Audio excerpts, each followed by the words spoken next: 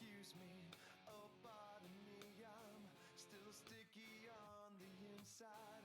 There comes a time when all I do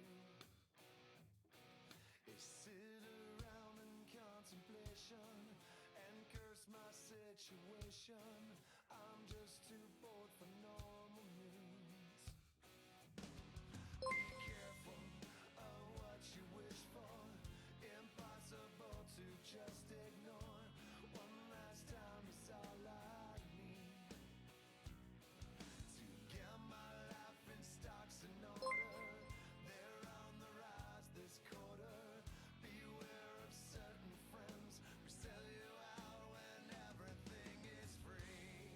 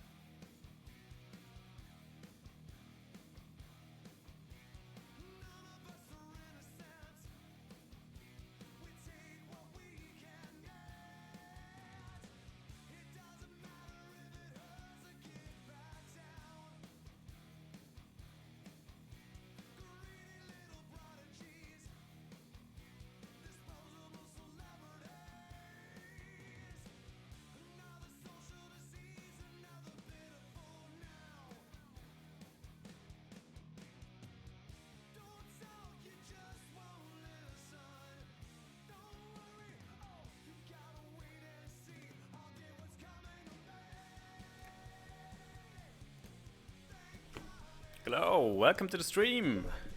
Hope you can hear me. It's Friday again, and we are back for a We're Screwed development stream. So welcome. Who's already here? Gaussius Mocker, welcome. Cables everywhere. Yep, there are a lot of cables here.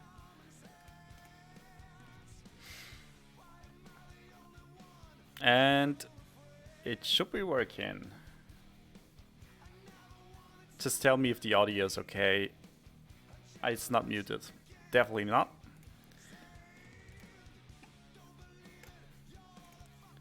Alright. Audio is fine. Thank you very much. Pew Pew Squad 1, welcome back. How are you today? How is your day?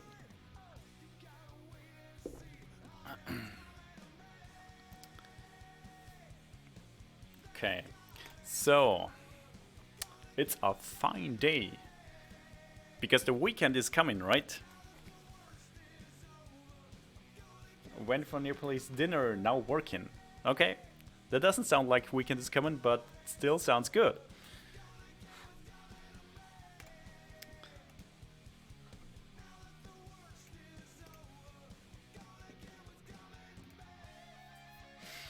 Okay.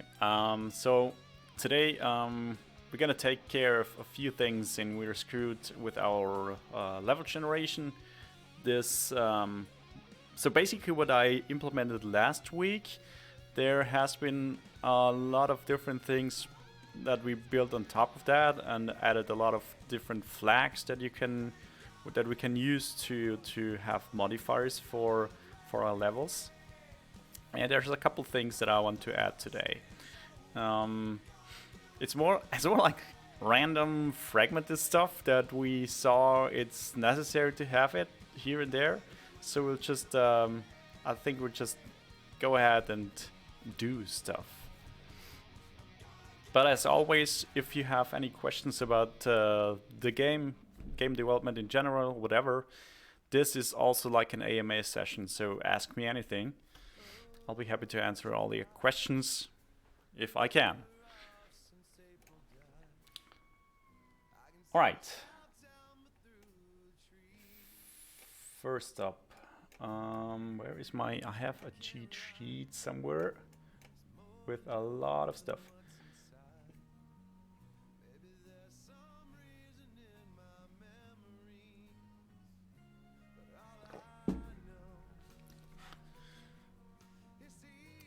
Okay.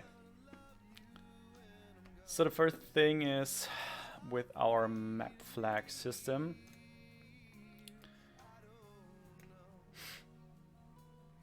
We have added a lot of map flags that are for special chunks in the game.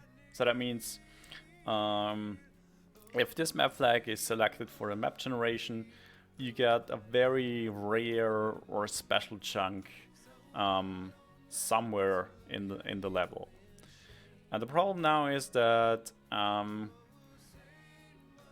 we also have restricted map sizes now. That means there can be small, medium, and large maps, and the number of chunks inside a map depends on that map size. So the problem is, if you, for example, have a small map, and it's, let's say a small map is 2 chunks, and then there are map flags to be applied to that level that require special chunks, you cannot add more map flags than you have chunks in there. At least no more chunk-based map flags. And we have to add something to take care of this, basically. So that's the first thing I want to implement now. I know that, like, compared to last week, this I'd say this has been upgraded, which means it looks totally cluttered right now, and a lot of different things going on. But it's really becoming something that we actually need, and as we go ahead and add more generation rules to our algorithm, of course, more complicated stuff is needed for the generation, and just the whole thing gets a bit more complex. So, so now the plan is to add this flag that tells us if this needs a special chunk, and then we count how much chunk-based flags are already applied to a certain node inside the generation, and we take care of that. So that's the first thing I wanted to do today. And then there's some other things. Chunk counter 12, not like the coffee counter, Scott1. And by the way, how's your tea counter? Because back in the Seeds of Soul days, we introduced a tea counter as well, just for you, Scott1. Yeah, it's coffees. I think a command is coffees. And the other is hot tea, right? Yeah. 48. Okay. Hey, Tyrone. Welcome to the stream. How's it going? Well, fresh pots. Of course, you can't use that command, Scott1. But I just had a coffee before, and I actually forgot to use the command. So fresh pots, yeah. Yeah, Scott1, I'm sorry, you can't drink coffee.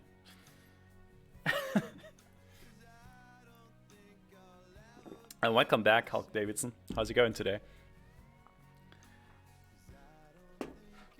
All right, let's dive back into code for map flags. Yeah, a lot of stuff in the works, and just say is actually needs special chunk. Yeah, if I can write that. And this is gonna be our parameter to check. So back in our with that world map generation.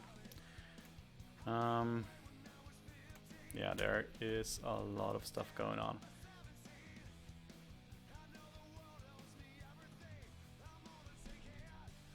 By the way, Scott1, what are you working on at the moment?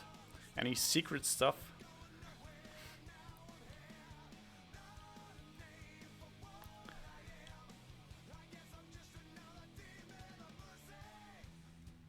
Yeah, animating pigeons.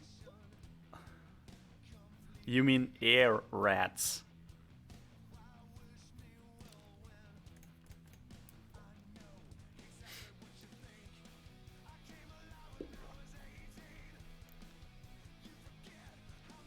Air rat count 6. Okay.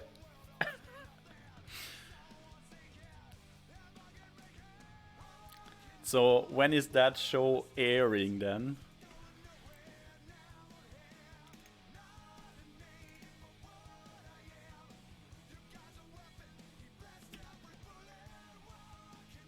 Oh, there's my to-do here. Map size limitation with chunk-based flags. Yeah. Mid of May, okay. Is this like a documentation or simulation?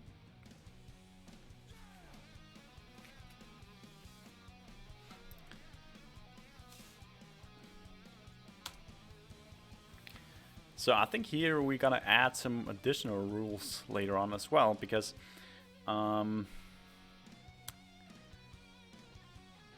we might want to avoid putting too many flags on one node, but for now it's okay. We'll just check. Okay, no contains that one. That is a good check. And here's the progression. That's also fine.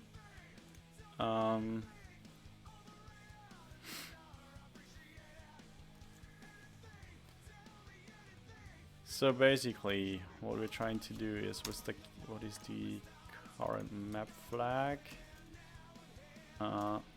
Needs special chunk.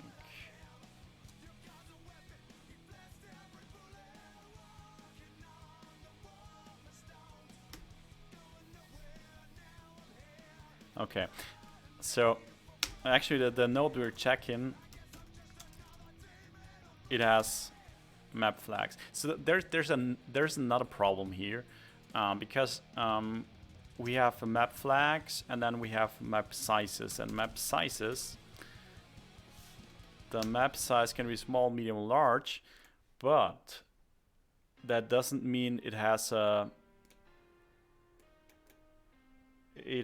fixed number of chunks in it.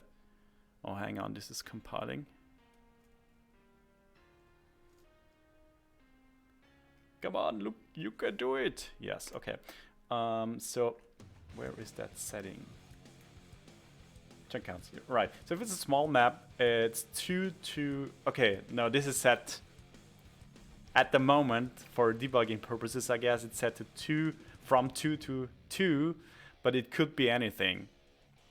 And the problem is, when we generate our map flags, it is not guaranteed. We don't know the exact number yet, because that's later on in the generation.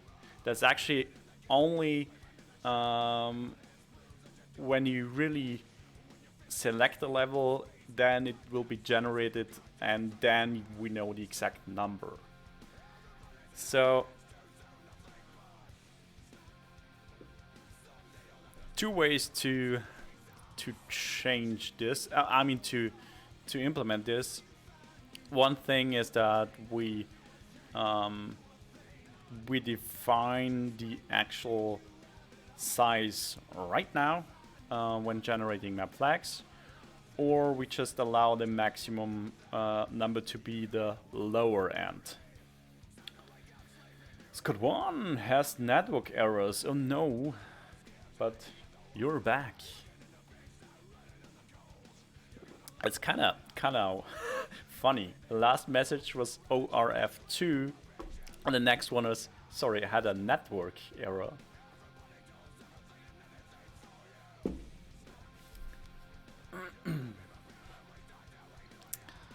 Okay, let's see.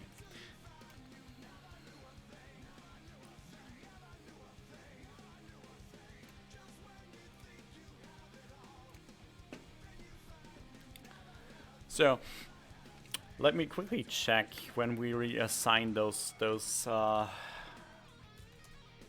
the map size, the number of. I think that should be in map chunk count right here. Yeah, as I thought.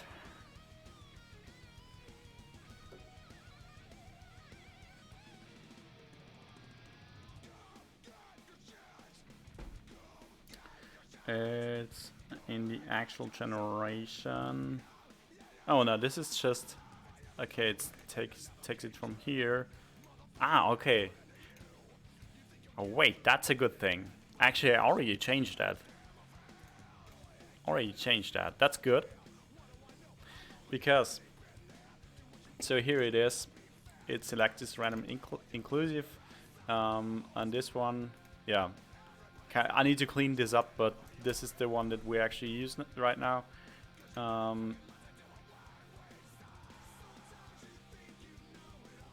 Okay. Let me quickly check. Oh, and it's it is terribly wrong, because here we just generate the map info. And set the chunky count, but actually the size is set somewhere else, and that's completely wrong. This here needs to be done somewhere here when we actually set the map size. So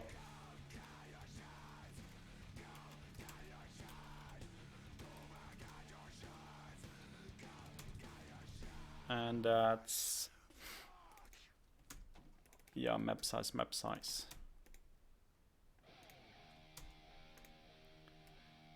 And that's prior to the actual generation. I mean, of the map flag generation, which is great, because now we actually know the chunky count in that node. So yeah, okay, so that problem is solved. That means we can go back to distribute flags, and here we can count if we can add the flag. We can only add the flag if there's enough if the current map flags on that node doesn't eat up all the chunks. So let's see, node map flags. So we count all map flags that are currently on the node. Oh, and there's a problem because this is just the enum flag, and it's not our descriptive class for that.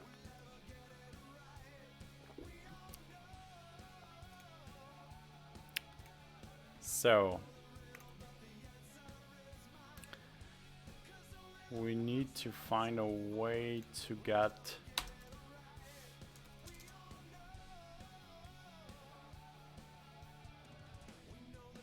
map flags. Okay, we could get it from here.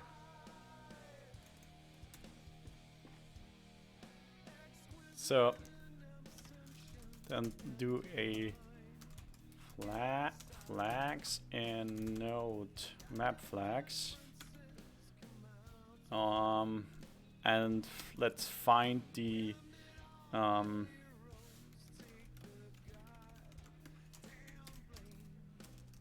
node. Let's find the actual map flag using those map flags.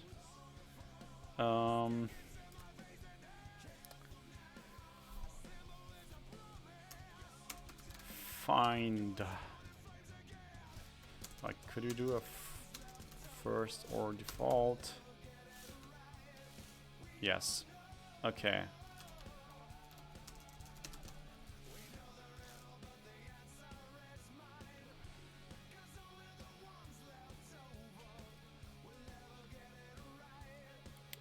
So need special chunk.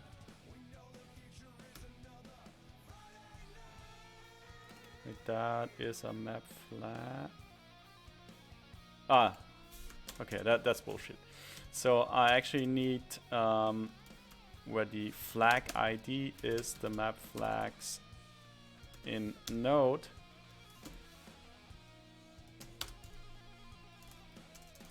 Sanity check.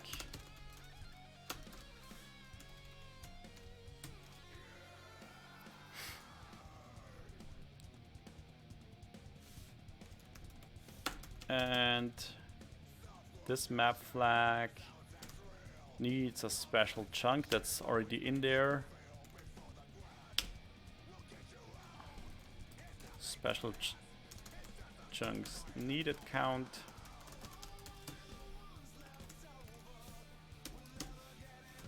So now we can actually check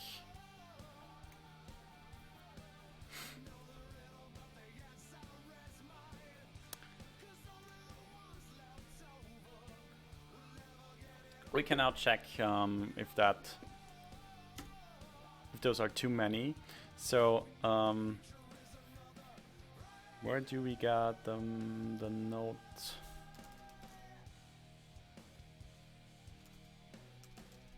Node map info chunk is right there. Okay, so available chunks is basically chunk count minus those special chunks that already need a chunk. And there's one more thing, and it's -1 because we need one for the exit.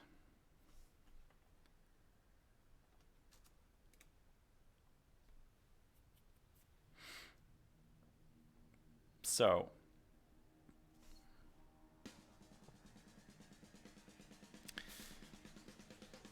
if the current map flag needs a special chunk and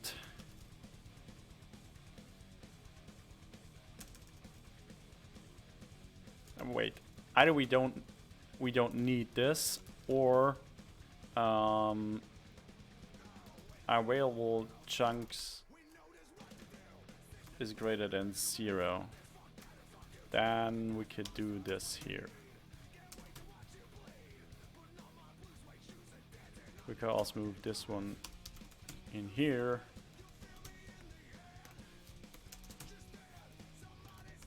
Should work.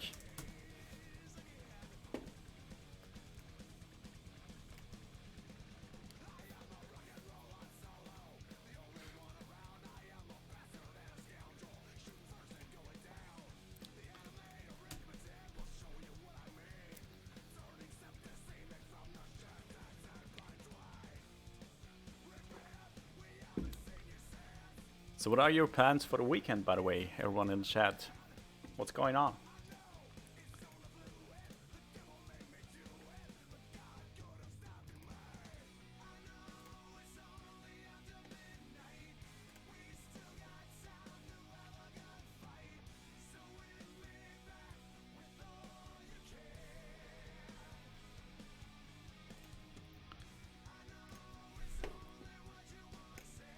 Okay.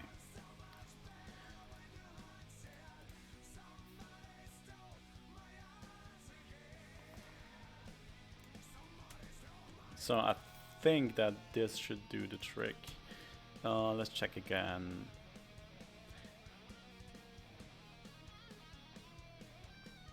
Okay, then you could check that. If that's not, so if that node doesn't qualify, we're moving to the next node and we'll do the check again. And that's totally fine. Hey, Meerkat Steph, welcome back. Learning more things game dev, just like every weekend. And some beer, I guess. Isn't that a good combination? I think so. Well, cheers. Not beer, but coffee. But cheers anyway.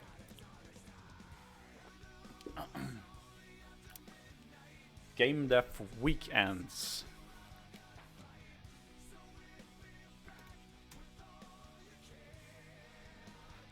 Anything that you're working on that you might want to show with us?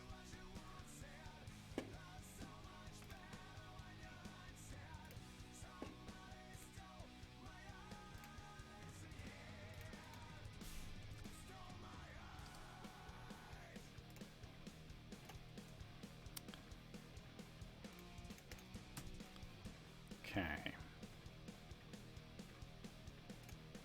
Let's see.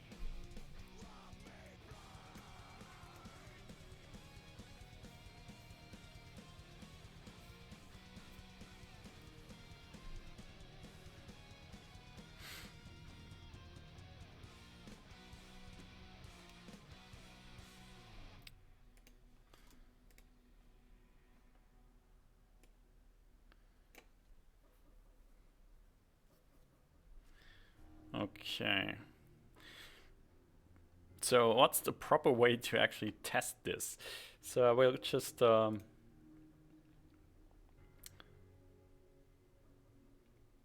in here and say we need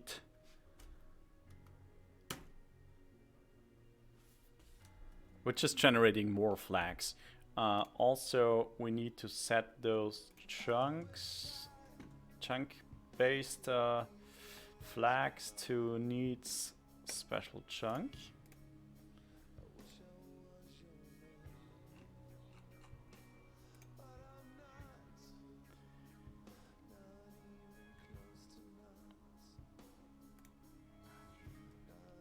And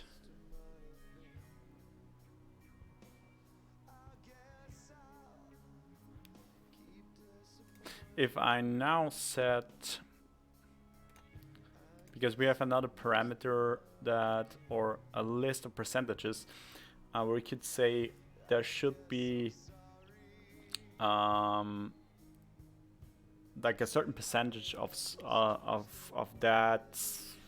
this size of a map. So if I say it's 100%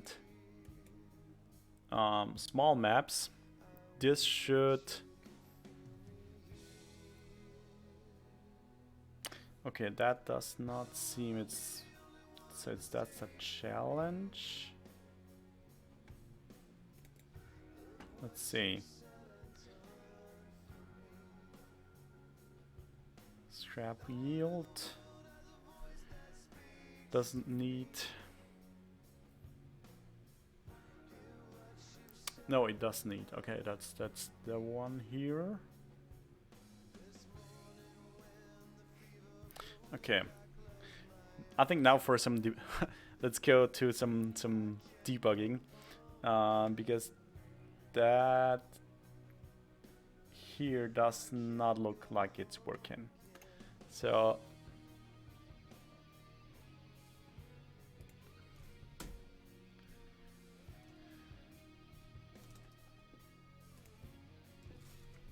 let's see. There's one. Okay, that's infestation and that's a fixed flag.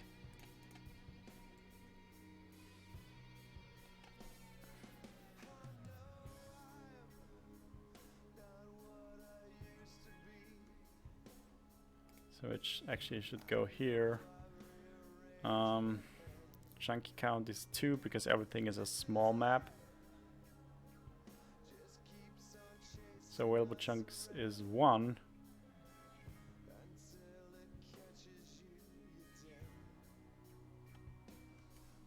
Which lets us go here and add the flag. So next flag.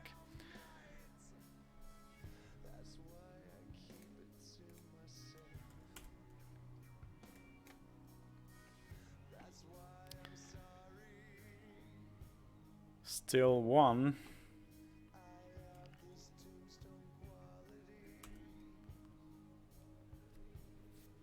Hey Miyamori, welcome to the stream. Just found your channel, it was recommended to me on my feed. What type of game are you developing? So, what we're currently working on is a game called We Are Screwed.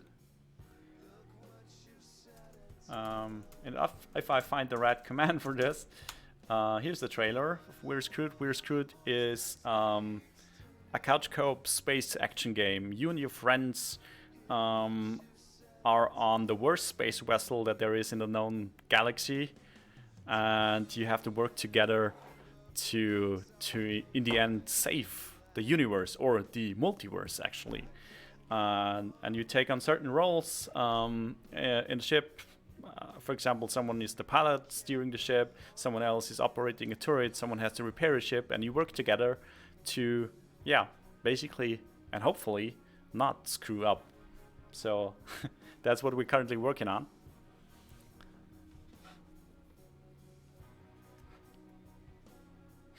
And the game so what I'm actually working on at the moment is a part of the procedural generation there. Natsu, you said worst vessel since when is the Binsu the default ship? That's a good point. Where's Binsu today, by the way? No, we just set this out as a premise because it's actually, maybe it's not the worst ship because you operate that, and it can't be the worst ship if you are, you know, very good at what you do in the game. But the premise is that this is a ship that kind of breaks apart, and it needs repairs, and it needs care and yeah, but you still have to like master dangerous situations in the game. So that's kind of the premise. But that's a good point with the Binsu ship, because we have to explain this. We have different kind of ships with different layouts, and some of them are pretty crazy. And the Binsu ship is one of them because it doesn't have a pilot seat. You can only fly or propel the ship if you use a gun that has a lot of knockback, basically.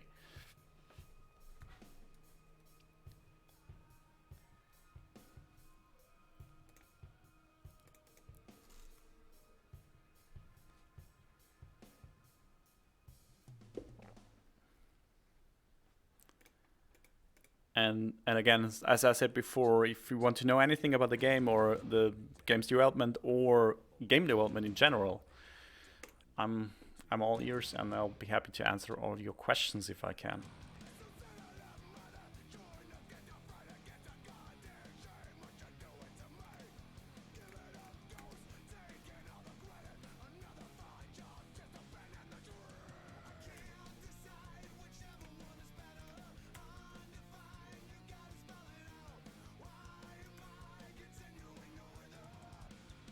Score 1, so finally no more network errors. Miyamori, yeah, thanks. Actually, we will do playtesting with the community. If you're interested, here's our Discord as well. So we have both development streams and playtesting streams, and later on we will also kind of distribute certain versions to the community on Discord. But as I said, we have playtesting streams where we play the current version of the game, and sometimes people would come to the studio and then we'll play together on stream, and sometimes we'll add people from the community via Parsec, for example.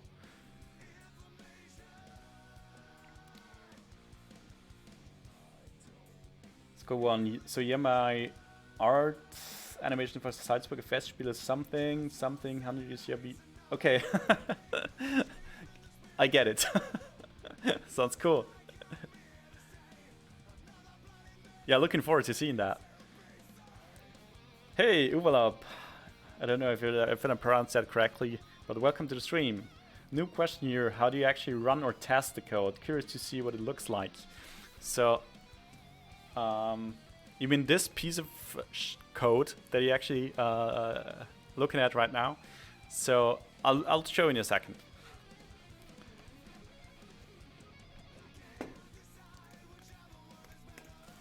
Just let me finish debugging those steps here, and I think, but I think I still need to add some more code for debugging here.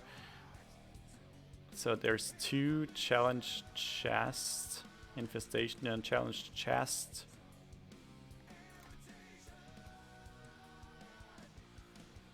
Let's see.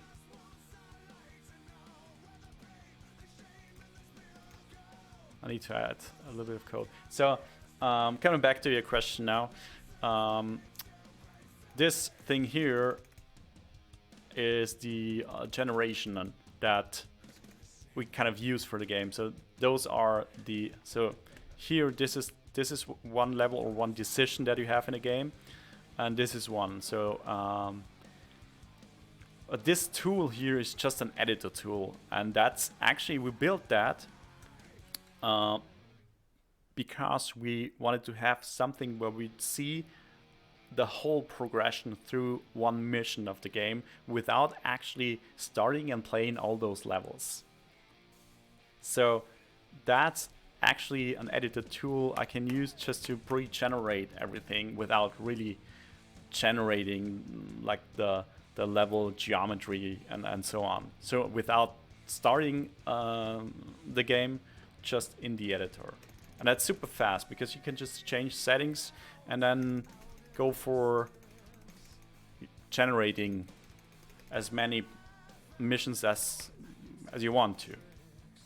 It's good ones throwing around fancy words. No, we are not using ECS in this project, but we have another project that uses ECS. But more on that in a couple months, I'd say. So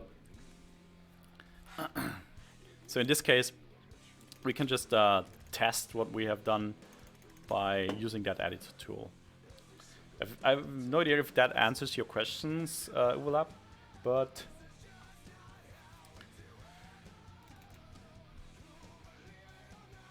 trying to contain my brain from exploding.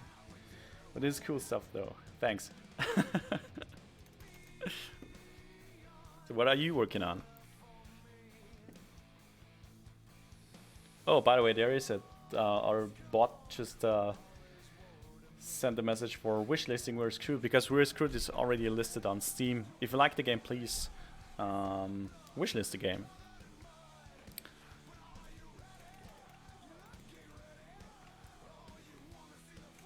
So let's go back here.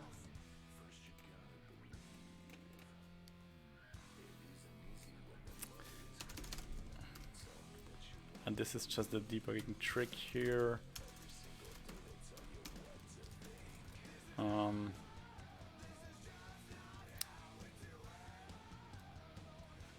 It's basically no more chunks available for chunk-based flags.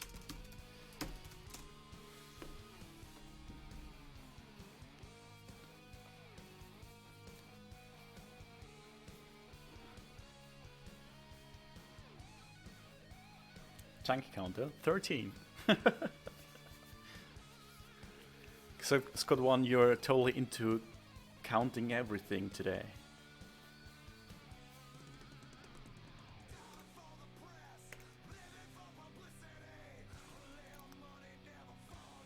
Because just like me thinking about debug strings, that more about debug strings than conditions, you can try to, yeah, I know. I know.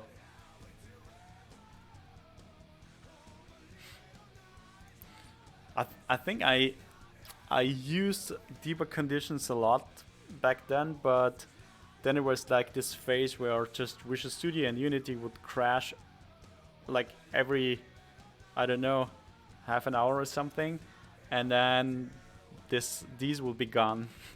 So I switched back.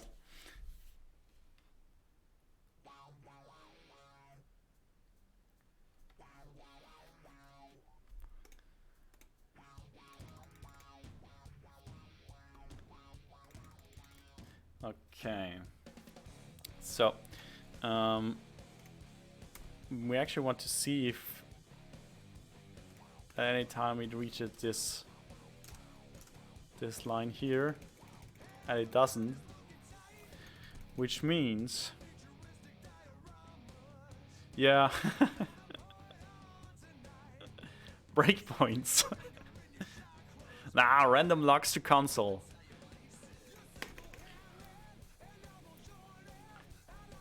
Like print ASDF and print ASDF 2. That's the way to go.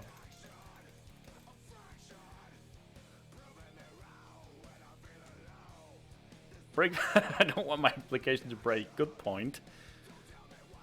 Speaking about breakpoints.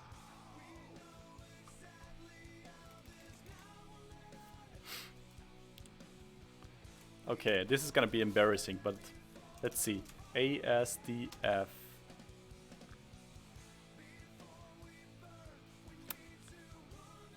Translations. Okay, guilty. There, there is ASDF debug code in the game. We're not ready to ship yet.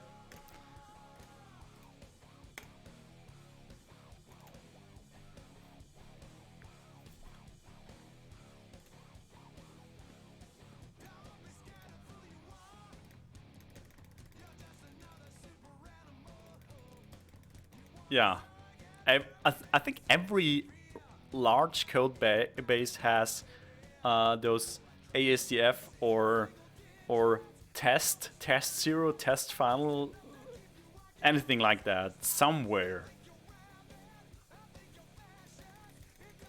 It also reminds me of the thing when you because we do contract work as well, so sometimes we write code that we have to, like, where we sell the source code as well, and then you have to before you hand over the code, you have to like scan through the whole thing and see if there isn't any swear words in that and so on.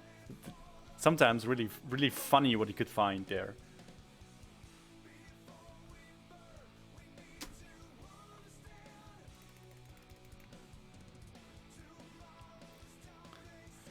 It's time to bring up the old comment, like if just no code documentation at all, but at the top of the file it is just if it was hard to write, it should be hard to read.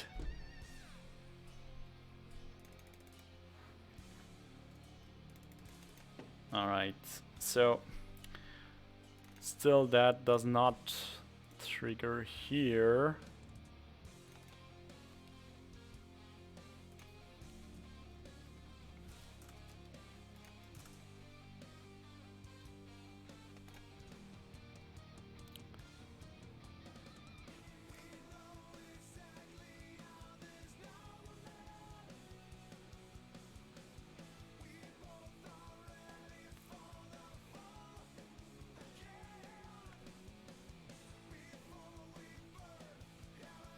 I just found a very Austrian site that has very not Austrian comments in the source, so that is like literally the equivalent of outsourced. What would be an Austrian comment in the code?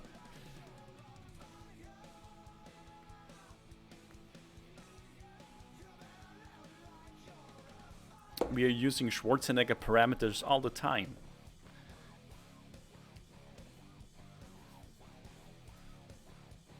At work, web dev, I stumbled upon some comments at a deep hidden function with 3 different devs commenting date and time with things like try to factor gave up. Me too, me too. At least in German or English. Not in Polish, I guess. Okay.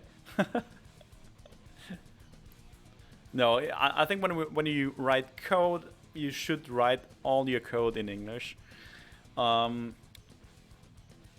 there's only, I think we had a couple projects where we would add some German words or sentences as a reference, because if you have, for example, this all like work for hire, but if you work on something where another German-speaking company writes a game design document that is in German, and there are certain terms used in there, sometimes you need that kind of a reference, and there is no real otherwise you have no real connection if you use an English word for that. But you would just use this in comments and not actually method names or parameters, variables, whatever. Just comments. But only to have this kind of a reference to the game design document.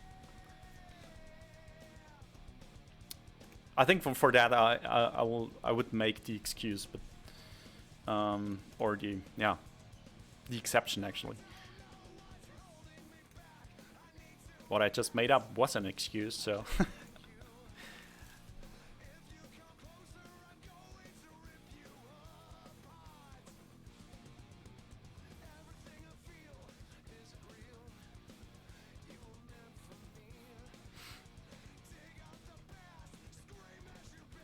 Now it gets political.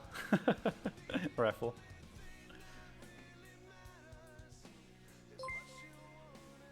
Oh, thank you for following, Miyamori1. Oh, and one thing that I forgot to mention, because every time someone follows, subscribes, cheers, or does nice things here, you actually make it into the code base, and this is gonna stay. So thank you very much.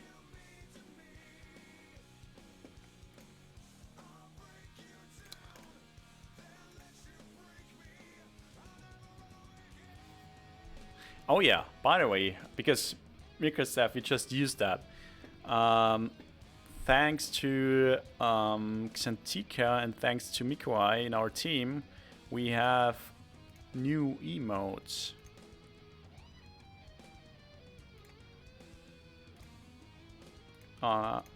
Right here.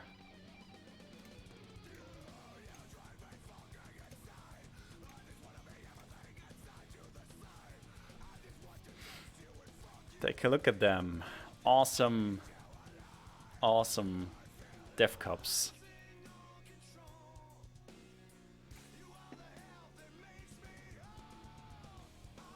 Ask one. I'm sorry. It's almost never bearded anymore.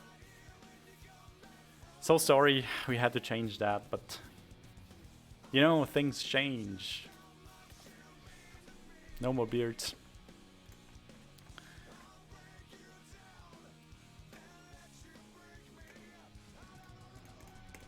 Okay, now that I've talked so much, I totally forgot where I was in the debugging session here. So it doesn't count any special chunks needed, which is bad.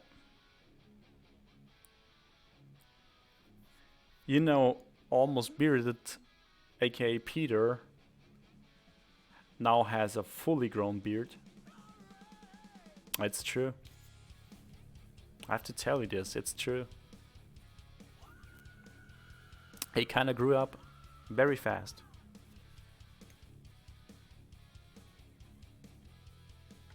Well, I am next.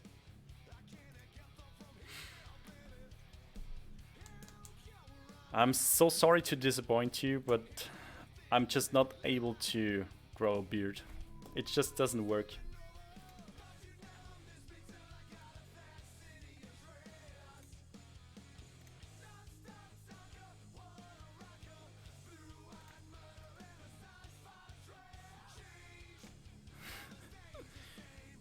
I know it's just not almost, it's like not bearded. Derangement edition, yeah, exactly. Okay, let's go back to our chunks with special needs. So, doesn't trigger here.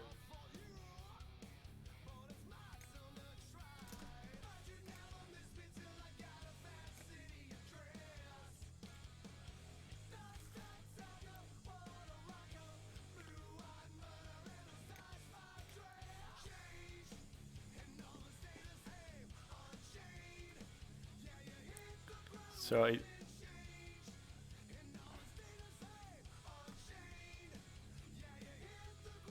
let's see. Let's take a look at the available chunks here. And the map flag. Okay. What is wrong here?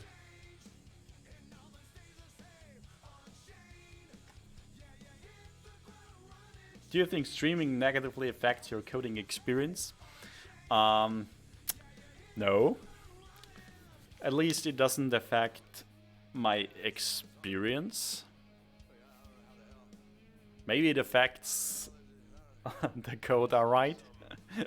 But I think the experience is actually quite great. Like hanging out with you folks in the chat, writing some code. It does affect my speed. Yeah, I'd say so. It's not like you're like at 100% of your typical coding speed, because you have like talk, read the chat, and think and code at the same time.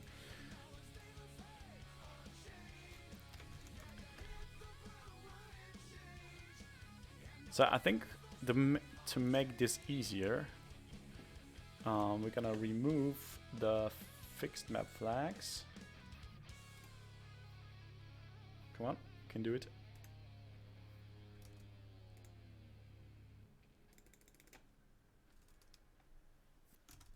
And if we now have our breakpoint back here,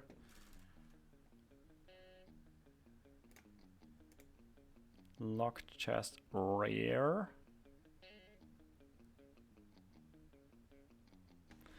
Okay, that means one is in there, and that's the map flags. All map flags.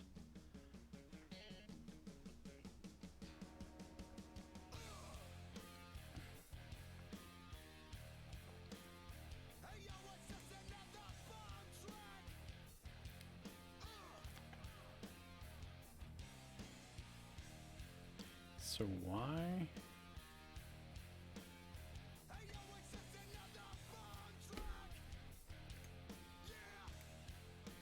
Locked chest rare, okay.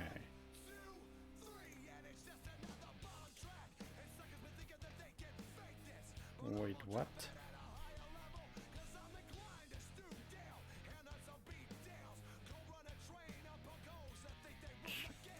Hang on. Okay, locked chest rare. That's not a chunk-based one. Challenge upgrade crystals high.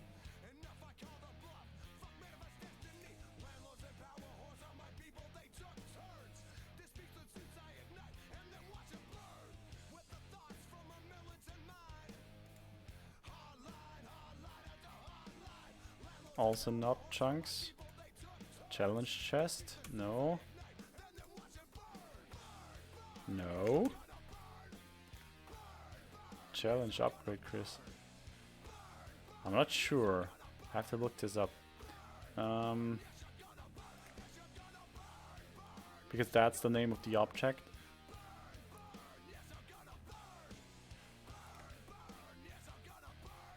Open chest rare.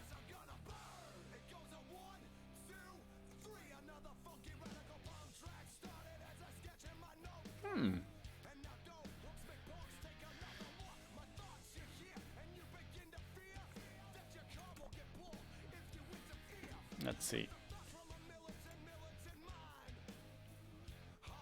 Okay. Ah, okay, the names are without chunk. Okay.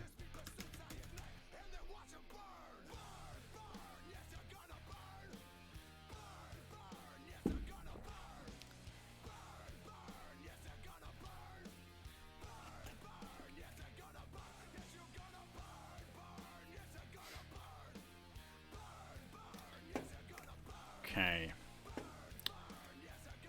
Now this is interesting. It's elite crawler. It doesn't find the map flag, but 10.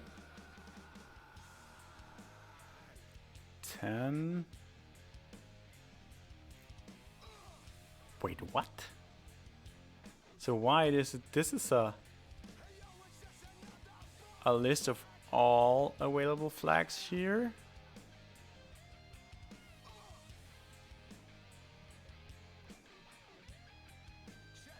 No.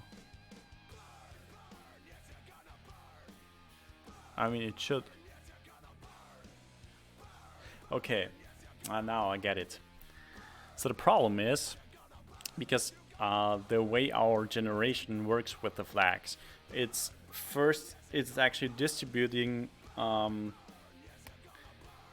negative flags. So we have negative and positive flags. And the rule is, if there's a negative flag on a node, we actually want to add the positive one as well. And we in general we would like to have more positive ones. And the rule is that you set the negative value, and then you have double that of positive flags. Because this is a two-step process. It does not really find, because all of those we're running now for positive flags, and all of those are positive ones. So we don't find the negative one that is already on the node in the map flags here. So for that we would need all flags.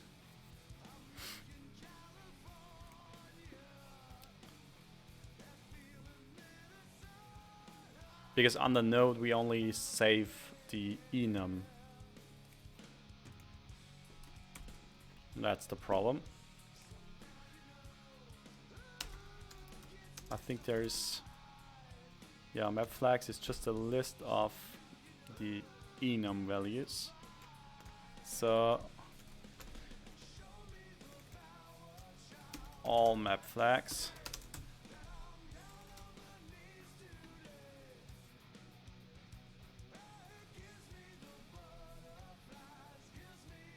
Those are the map flags to distribute.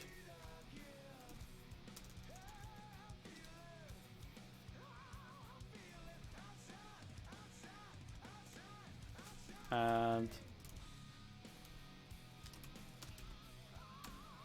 yeah, all map flags right here.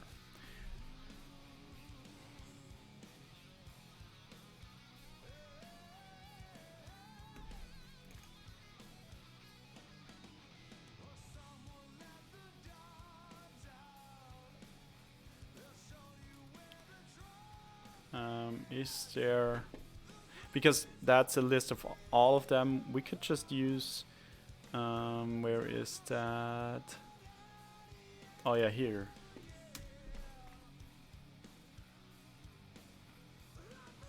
This one. All map flags. All map flags. And with that, the check should be working now. Mirkatsav, what's your involvement at Game Dev Days, Graz, if I may ask? I think I saw your name listed there somewhere. So, Game Dev Days is a local conference here in Graz, and it's organized by a local association to support game development in the area, which is called Game Dev Graz. And of course, here in Graz, we all know each other. So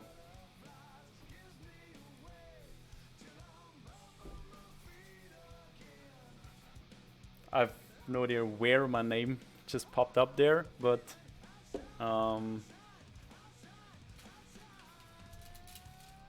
course I'm kind of connected to those people and support the local efforts to have a nice conference here in Austria, and it's already the biggest game dev conference in Austria. Maybe we can just add where's the link? So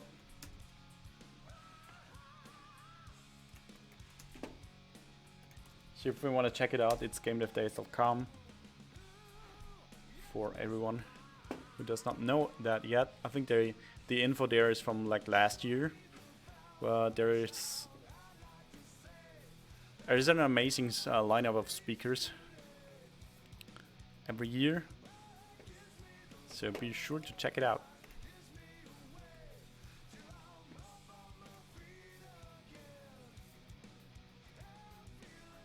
So Meerkat Steph, is there anything specific you want to know? Maybe I can help.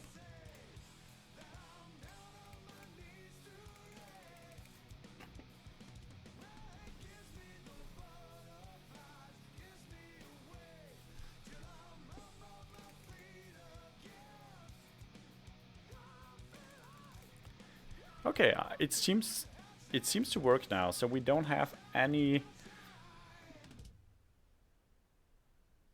of those with 2 map flags, but still have starving nodes. But that's the case because all of those chunks have a max usage of 1.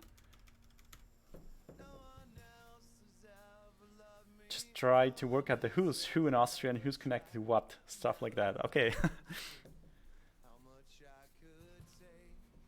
Shouldn't all the game developers in Austria be connected somehow to support each other? So have you been to Graz or the Game Dev Days yet? Or where are you based?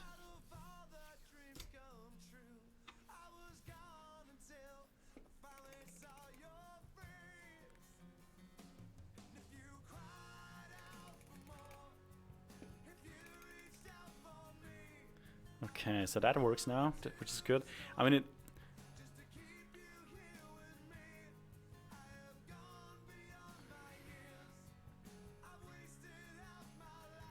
where's the chunk shop? 2 times. Yeah, we would just need more flags or more allowed usage, but that basically works, which is fine.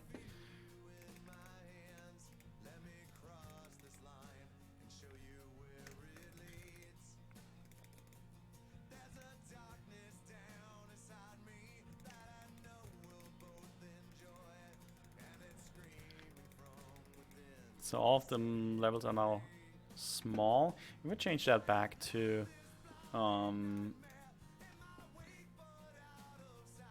let's actually say all the maps are large now. Yeah, now it could happen. There's more than one, which is also what we want. Oh, 2019. Even it was on the wine tour. Oh, okay, so we actually know each other. Sorry, I'm not good with like connecting real names to nicknames to handles on Twitch, on wherever. Just in that time from I had no clue about game dev specifics, and you know one. Okay, definitely a fun experience, and will 100% join 2020 again. It's awesome. It's great to hear that. And the wine tasting tour is always great.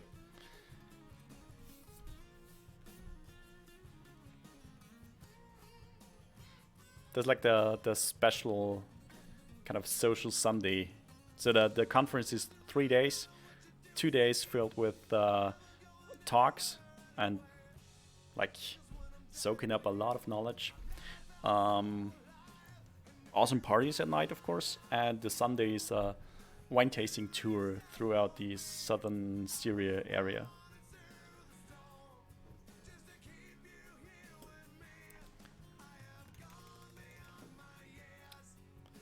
Right, so that's working. It's great. Let's set this back to what I had before.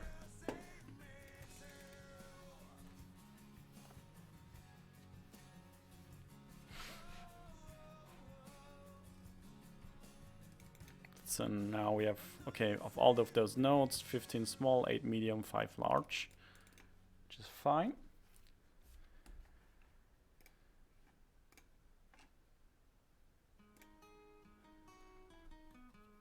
Okay.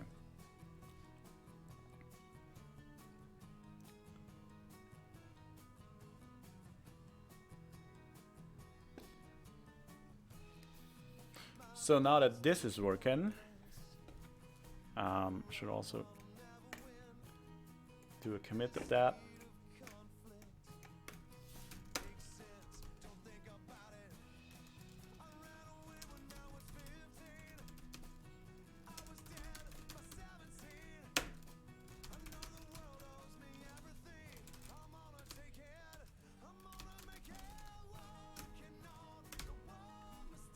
So I'm not gonna commit that, but those two.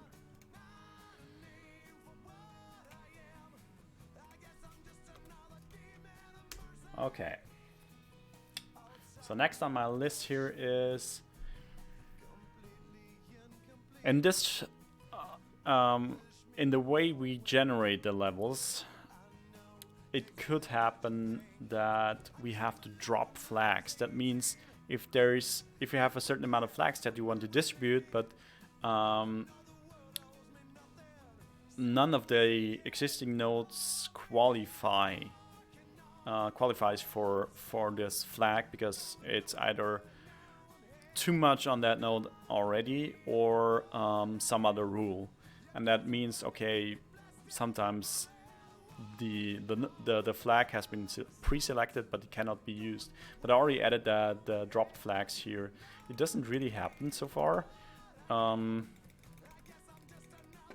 I'm not sure why, but I think I'll leave this up to Gaussius Marker, who will like play around and do the actual balancing and generation stuff there. And then probably will come back to me telling me all the bugs I just introduced to the game. And then after I just then will leave the room and cry for a while, I'll go back and fix all of them. So we'll leave this as it is because I implemented this already before the stream. And removing that from the list. The next thing here is, oh yeah, so we have enemy waves in the game, and enemy waves, that's a mechanic that can spawn random enemies at certain intervals to make it more interesting, and so that you don't stay in the same place for a long time. And we use enemy spawners for that, and we want to add certain enemy spawners or enemy waves that only trigger when there is a certain flag set. So this is an easy way to make interesting maps where you could say, okay, we have this kind of map flag that says, I don't know, dangerous strangers in that level, and then we'd have an enemy wave configured with special enemies that just listens to that map flag.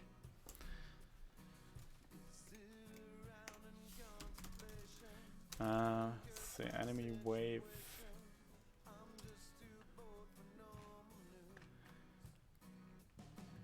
Hey, Prepe! Welcome back! Long time no see. How's it going? How are you today? Did you come back to heal your boss in the stream? It's already a bit yellow if we take a look at the upper left corner of our stream. Let's see. So how was your week?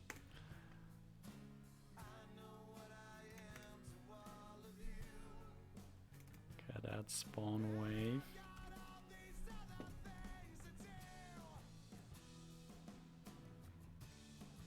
Exhausting. Why? What's going on? It's only Friday.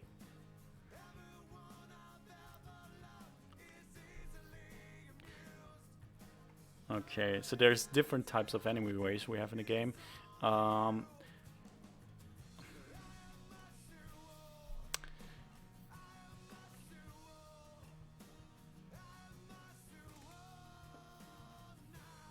Spawn wave. So what's the easiest way to do that for all of those waves? I had some university stuff that I just couldn't get my head around. Damn. My work is going fine. Okay. It's great to hear.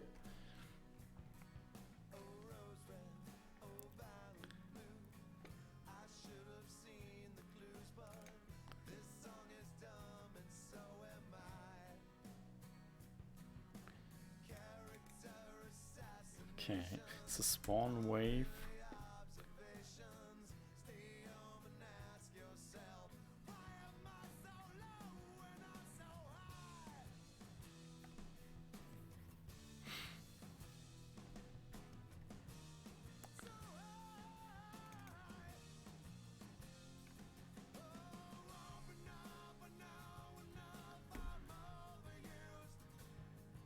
I mean, there's two possibilities now. We either add it only to the continuous wave stuff, because that's the one that is used throughout the levels, except for very special cases, like this one fixed thing that's, I don't know, used on maybe a challenge chest.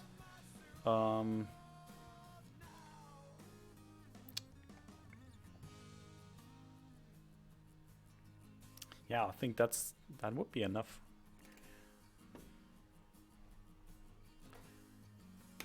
So here we could actually add our check if it should spawn.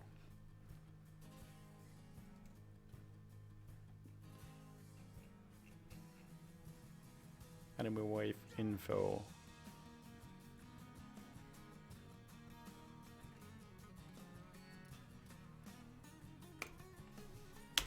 You could add it here, so listen for map flag, and then have a map flags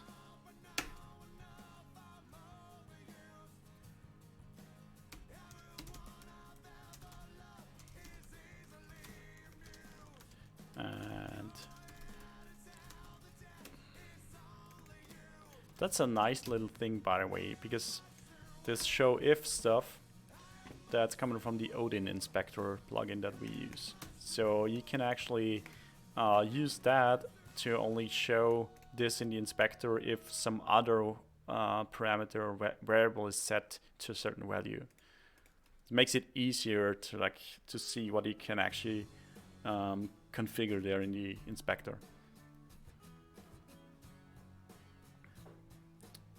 Preby is able to take the next week off because Preby works too much. Alright, okay. So does that mean you're like not doing any work-based work next week, but only game development? Or is it like back to university stuff?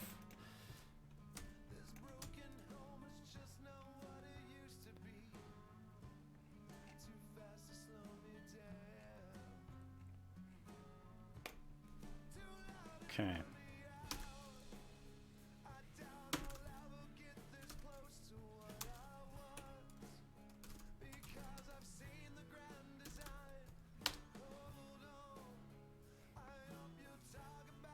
Probably some university stuff. Oh, some D&D session. Cool.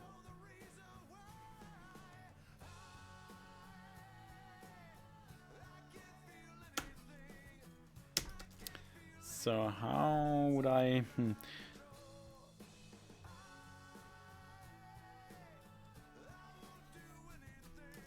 This game state. Current map. Map flags, yes. Contains the map flags. Current wave map flags.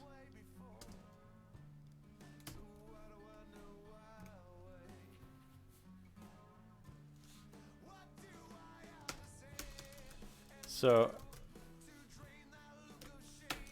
then we'll just return. In this case, we just don't spawn the wave at all. Maybe I can get back to my game that is like iceboxed since like 8 months. That's been a long time.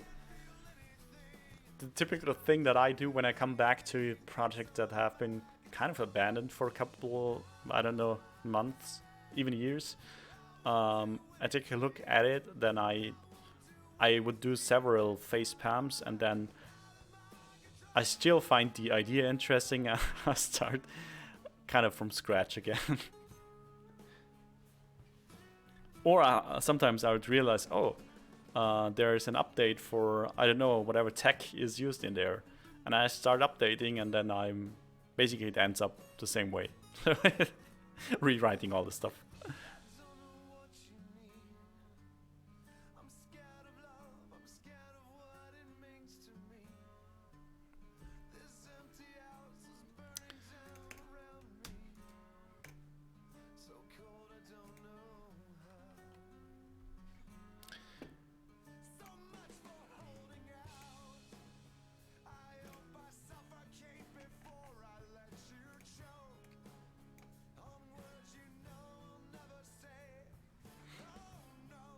Okay.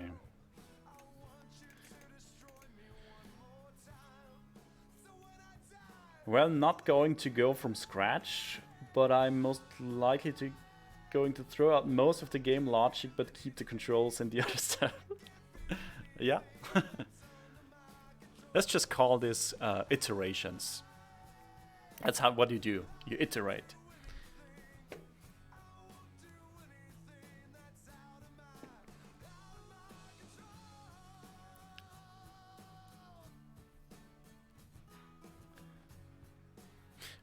Okay, so I don't have a setup for this to test for now, but I'll leave this up to Xantika, who is our level designer, and who also sets up all the enemy waves to test this. Add option to enemy waves.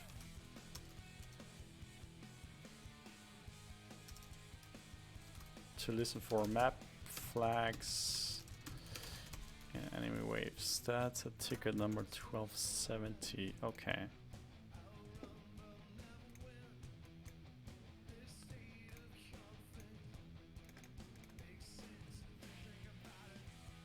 Xintiq is quite the all-rounder. Yeah.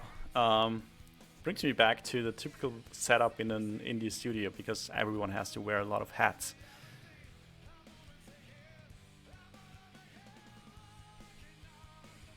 No, don't worry. I'm not doing the art now.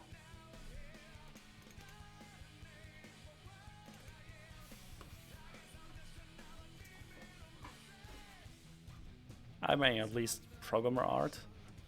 I do that, but not more. Not more. Okay.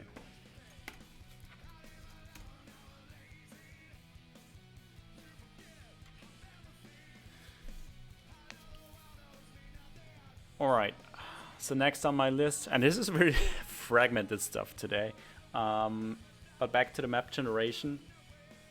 What we want to add is, because a lot of things are random here, we actually want to use a random seed to generate that.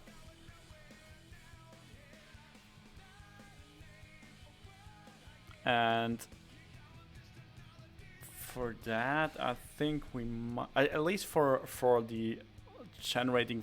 So everything that we do in here should be should use kind of a random manager, and we should be able to use a certain seed to generate that. And if you take the same seed and then change some other settings in the balancing, you should see your changes, because otherwise it's pretty hard to actually see if something is working, because the randomness like destroys every test case that they're trying to build.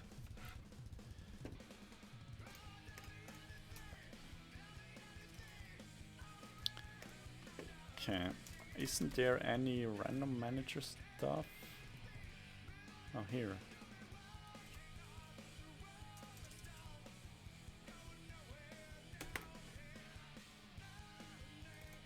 Used anywhere?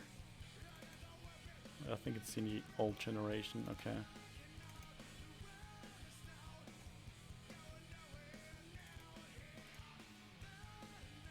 Oh yeah, okay. Ooh, this is old stuff. Quickly refactor those things. Code style.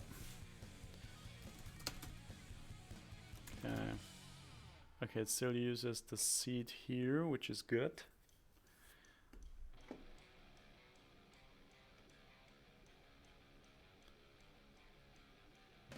Help stuff.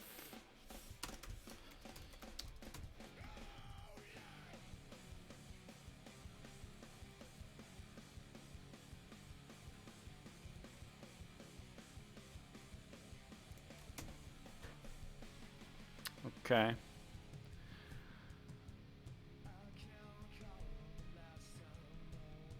Is that random manage used? Okay, it's used here.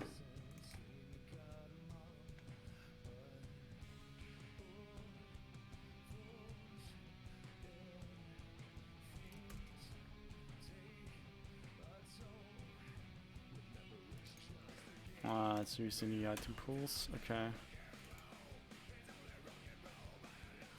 Got a random.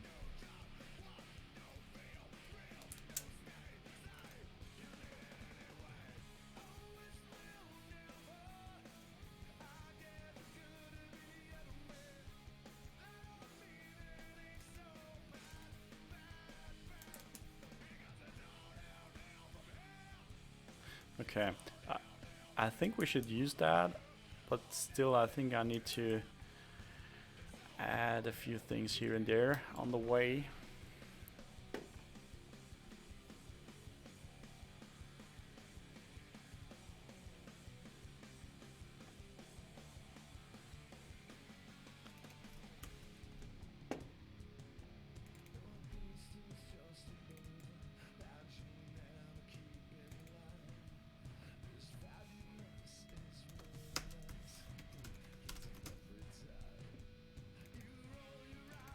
So here it is, the random manager from the game state.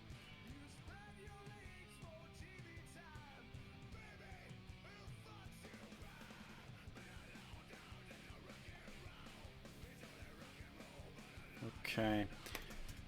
What we could do is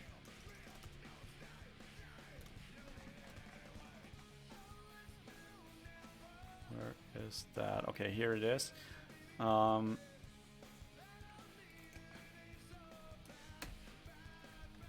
Because that's the one that we use for our dry run.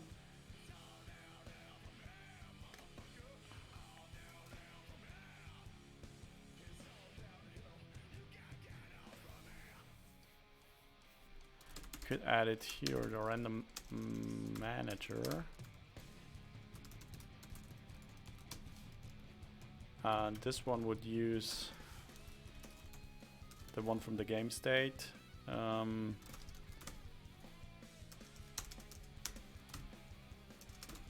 What's this called? Game state run. Oh, R&D. Okay.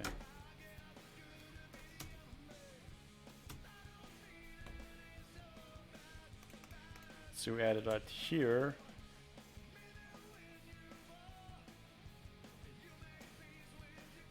And when we try to generate, we just create a new random manager.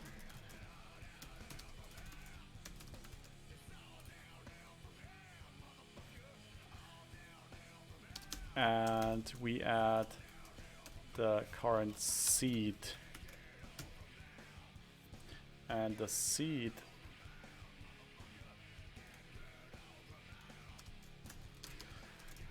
come on. Seed.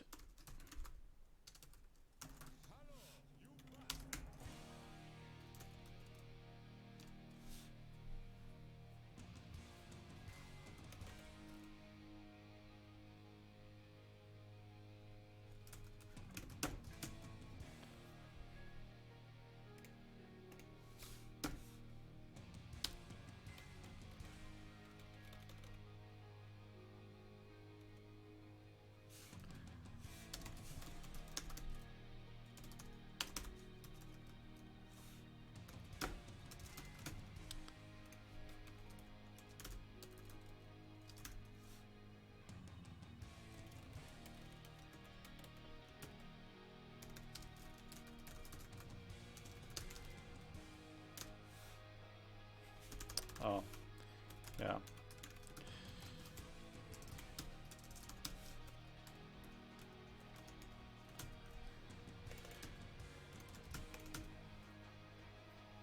All right, okay. And that's the random manager we want to add here.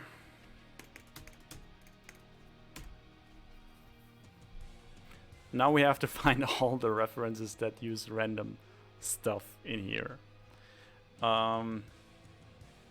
Yeah, before I do that, I'll take a quick, like 3-minute break to get some more coffee, and then we shall continue. So stay tuned.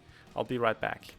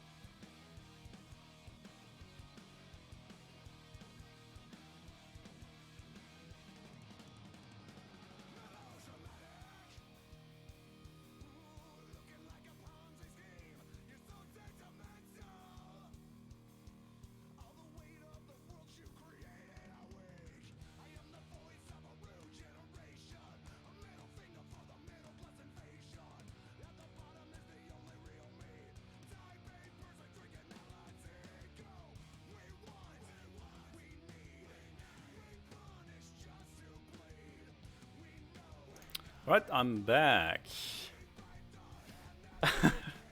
What's up, It's good one. Yeah, Coffee Man. Exactly, that is what it is.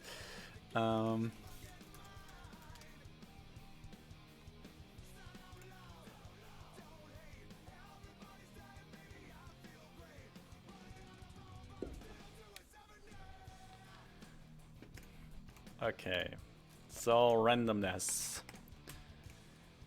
Is there any? Yeah, it's.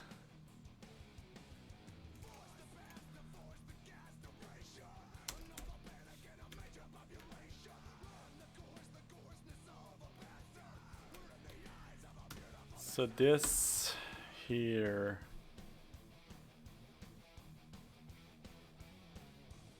That's one of our link extensions.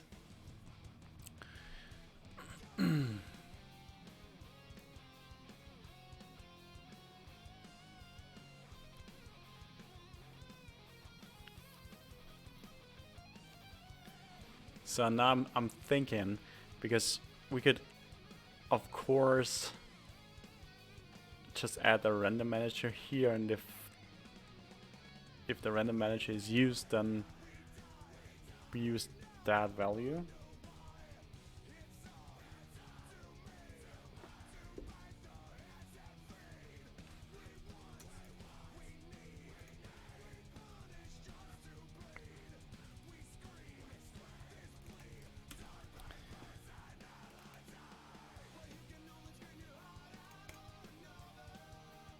Consume map name.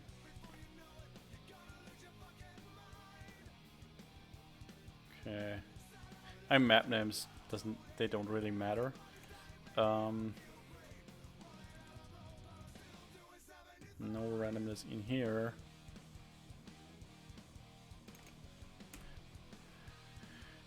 But here it already. Okay. I think we're just gonna do it like that. And yeah, we'll just extend all those methods here that don't have the random manager.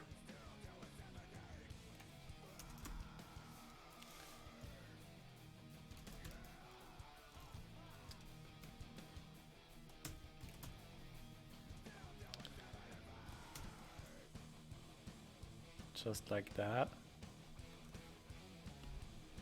And here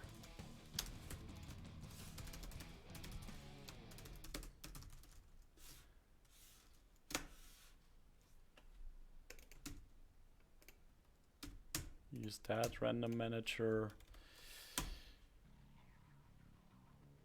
No.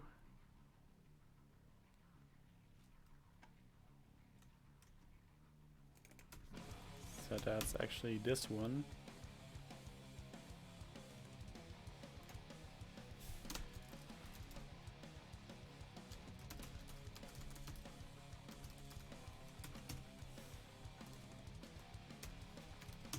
Come on.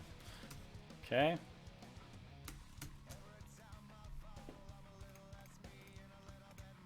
So here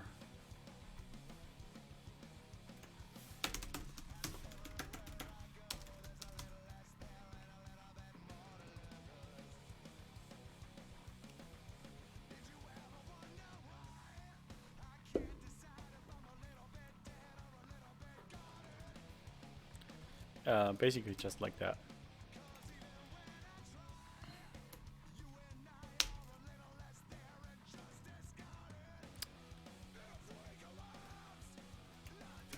So this is random. I mean, just like that. If random manager set, then we'll just do what's in here. Otherwise, we just use that, what we used before. No, not that one. Yeah, here it is. If you're wondering how magic this copy-paste action just was, first you gotta raise your cups to Larry Tesla, who passed away but is the inventor of copy paste. And second, you should totally check out Dito, the clipboard manager. It's awesome.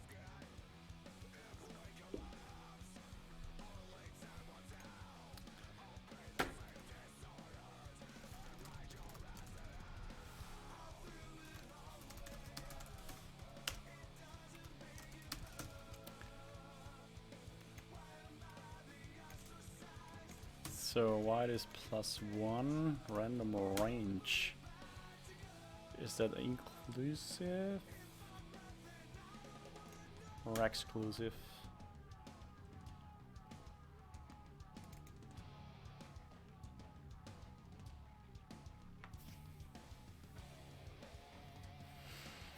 Say hello to undocumented code.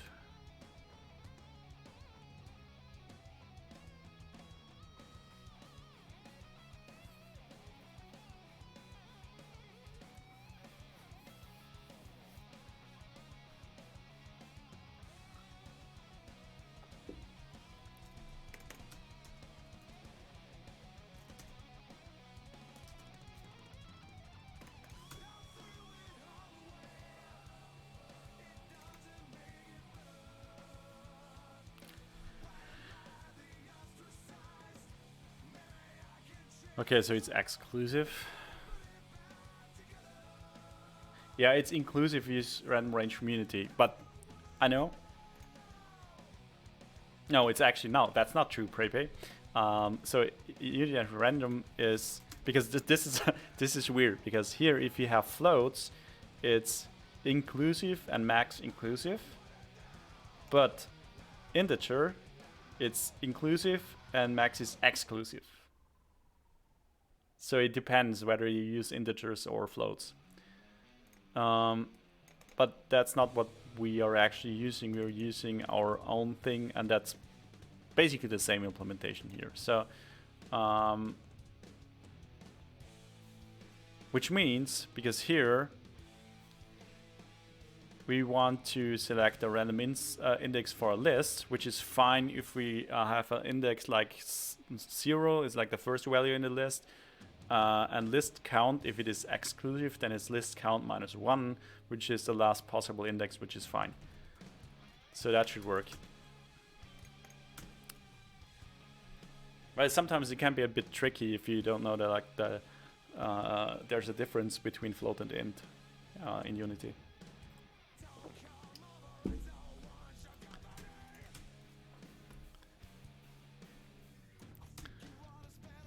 Okay.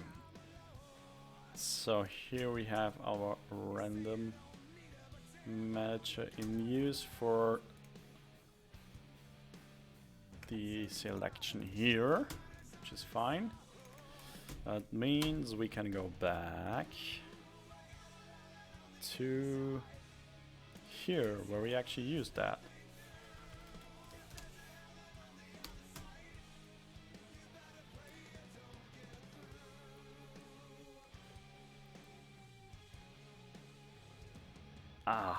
Now you gotta tell me the story, Prepe, because it has been a very long time since I have done anything in Delphi, and I can't actually remember a lot of what I did back then. But what is the random weirdness there? Because if you don't randomize it manually, it always gives you the same number. So that means every time you use a random value, you have to trigger kind of a reroll or something.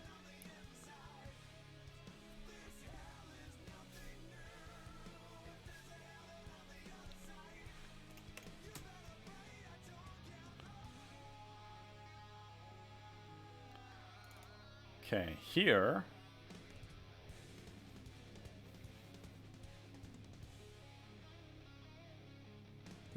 Oh, when you want a new random number, you have to call randomize. Okay. Yeah. Okay.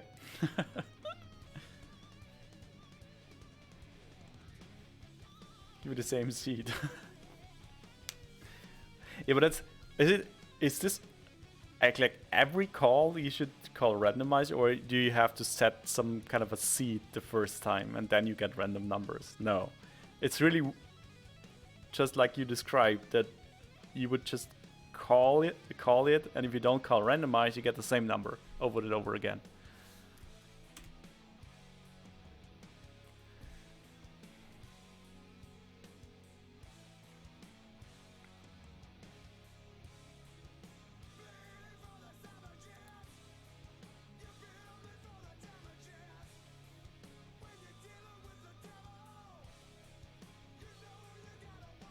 We just call random, we always get the same number, okay. Oh, welcome to the stream. I'm Chop231. Has a question. I don't know if you can answer this question, but me and my brother had an argument about changing a game after a game's release. Is it legal or allowed for a game to completely change pivot after its release? Well, what kind of a change are you talking about? Because a lot of games are changed post-release. It is, of course, allowed. It's not illegal. The only thing where it could run into problems is if you have, I don't know, you kind of market your game in a way and say the game's features are blah blah blah, and then you realize that the features don't work after release and you just remove them, and then you kind of piss off people who actually came to buy your game because of those features that are not in there anymore. But the game itself, as Prebe just said, is in most cases still property of the company, because you actually sell a license to your players that allows them to use your game or to play your game, and that almost all the time includes the statement that that the current version that there is on the store is the version that they are allowed to play. So I don't think you're running into any problems. For example, extreme example would be Minecraft turning into a third-person shooter. Isn't that what Minecraft is? No.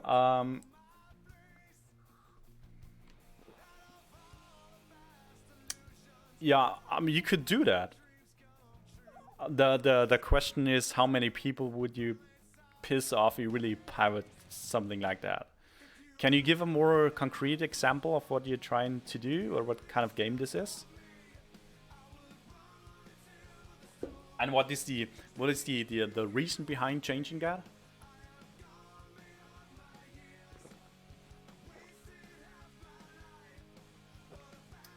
I mean, basically you can do anything if you have your end user license agreement state that you will keep the right to change everything at any time you want to.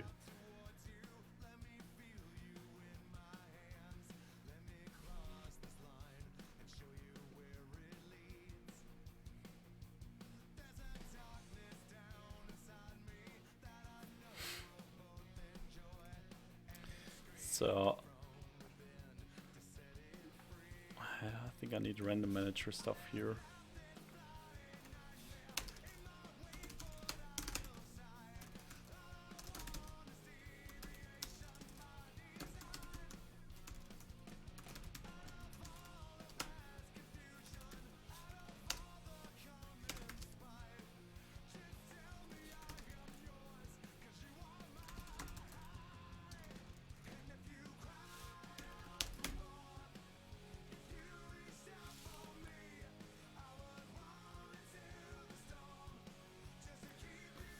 We were curious about Kickstarter's indie games and their ability to change their games as much as they want to a point where it's not even the same game.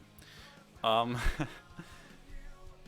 could do all of those things if you want to. There is no law that actually says that you can't do it.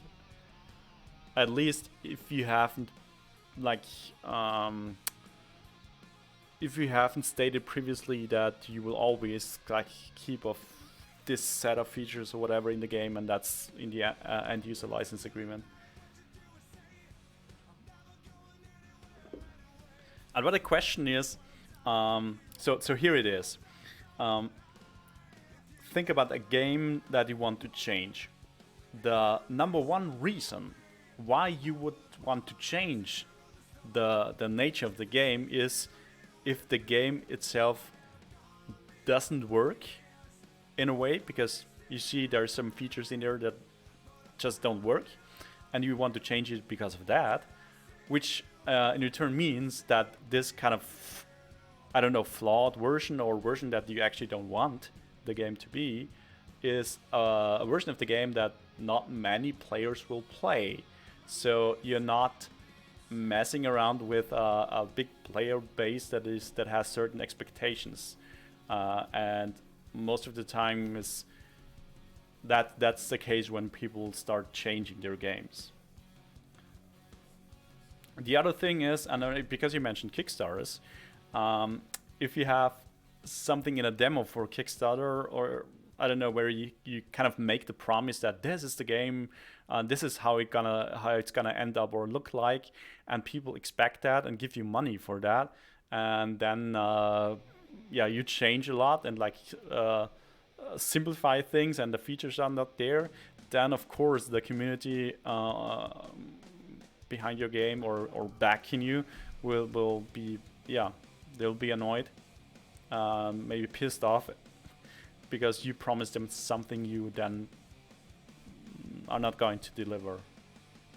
But as I said before, like the number one reason why you would change a game is the reason why that it doesn't work. And if you change a game that doesn't work into a game that works better or works great, then I think that's a good thing for all of your players.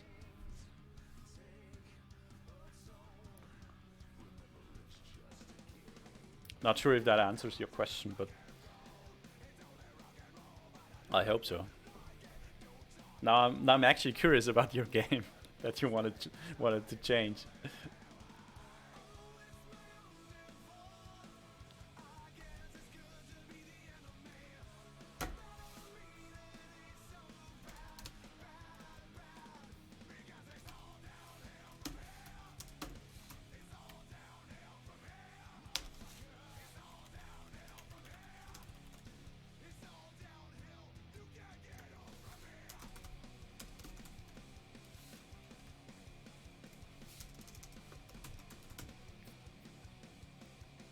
Just curious from a consumer standpoint. Okay.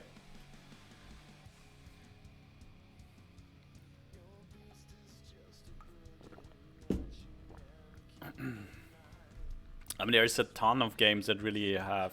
I mean, it's really the thing you mentioned, like really pivoting the thing that it changes to the genre or whatever. I don't know of any example. Except for, I think, but that was pre-released. I think Dead Cells was meant to be something completely different, like not like a platforming in any way, but like I think a tower defense or something. Yeah, they changed it, but they still change a lot of those features since the early access and then the release, and it's just fine because they're adding new stuff to the game, they're tweaking stuff. Making the game better.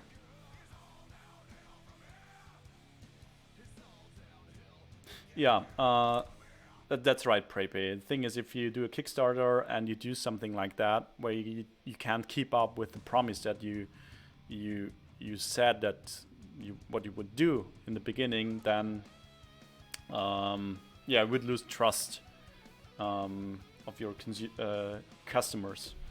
For the current project and maybe the next project.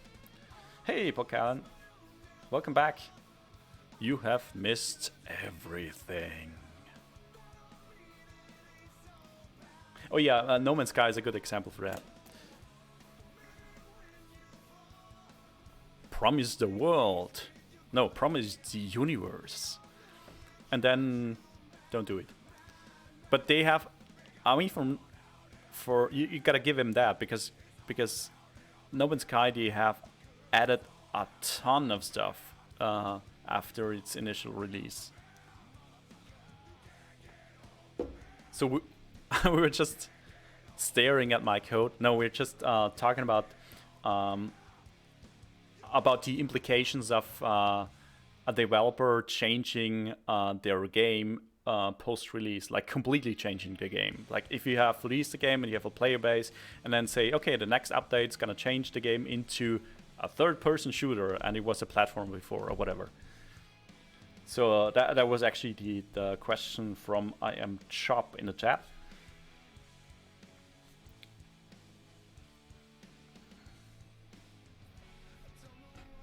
So, Pokalan, what would be your take on this?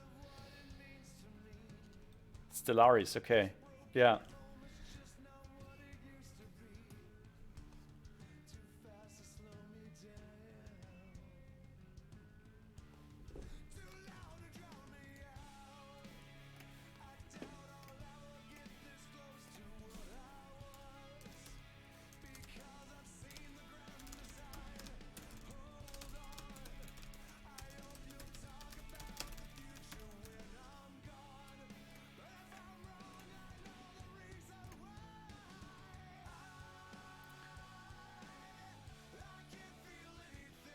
But they still give you the option to roll back to a version that you like better, but you won't have the new stuff.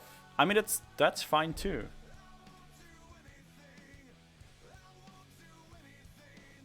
I'm seeing in the background said, talk about stuff, please.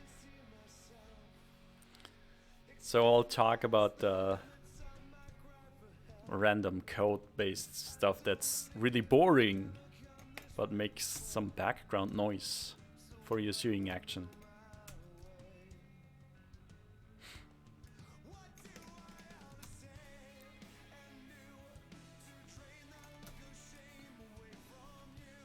So got random, what was that, inclusive? Yes. Random inclusive. Got random inclusive with our random manager.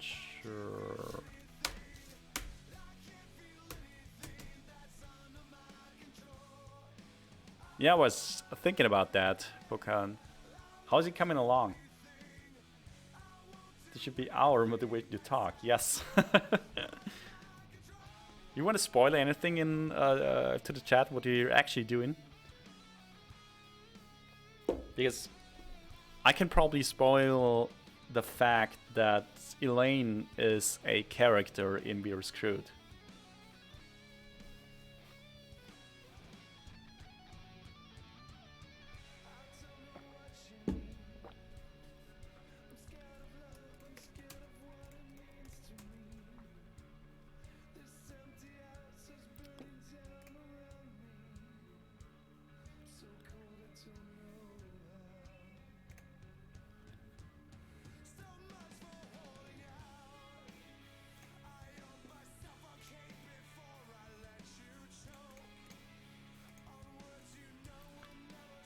Okay, here's that.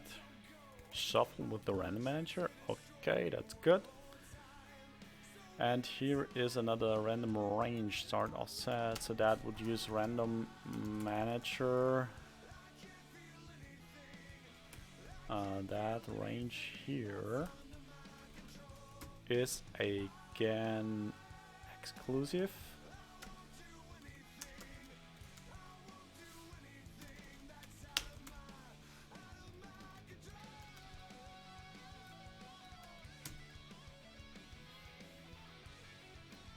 I hate myself for this. The machine isn't able to manage the text, so I have to do everything by hands. What are you gonna say? Holy shit! Just send this randomly.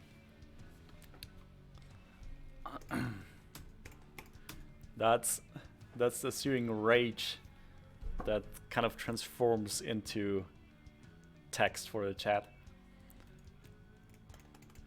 All right.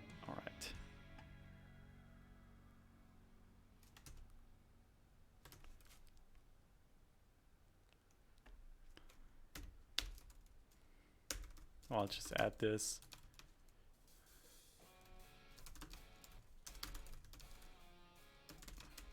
inclusive, exclusive.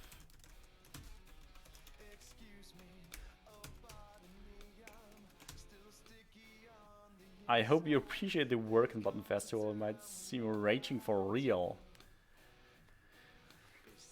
I think we need someone there to take pictures or video.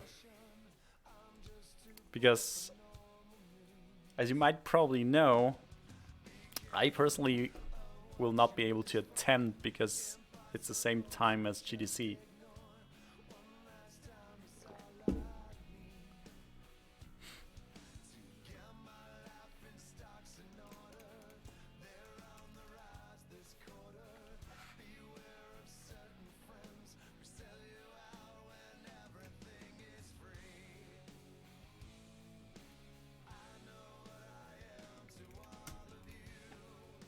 Okay, here it is.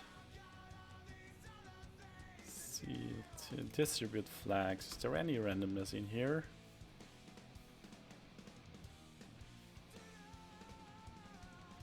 Oh wait, that's... Hang on. New. Generate. Oh, okay, that's the fixed map flags. Fixed map flags. I was a bit confused. Nope, no randomness in there. Okay.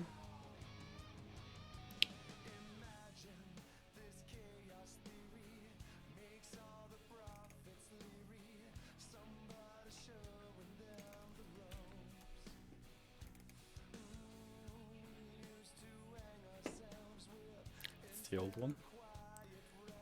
Okay. Select map nodes for flags. Okay, there is another random here. So we need a random manager here as well.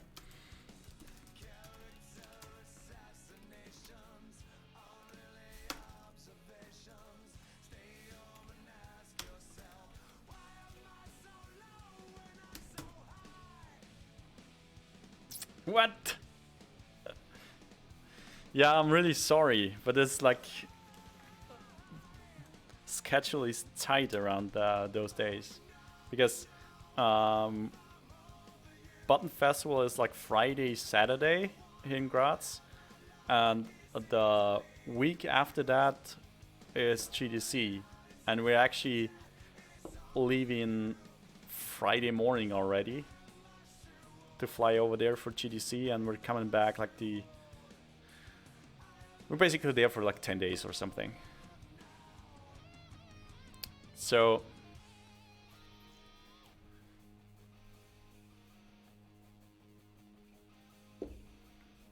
but I really am curious about how this is gonna look like, and I think Xantica is as well.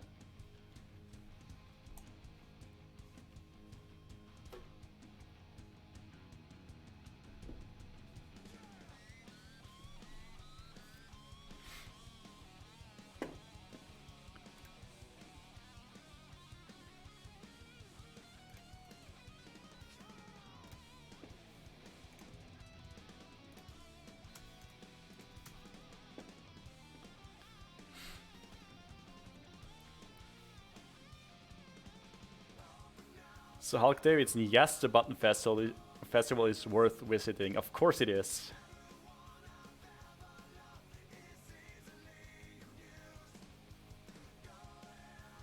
You know, I put electricity to make the things be lighting up. Good one.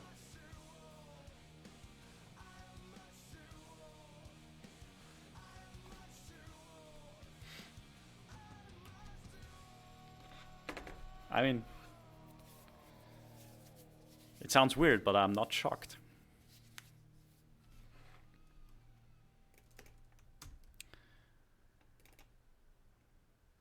Okay, no more randomness in there. Nope. Okay.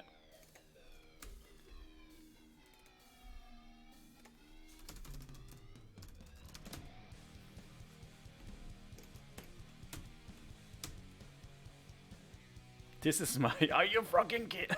Freaking kidding me face.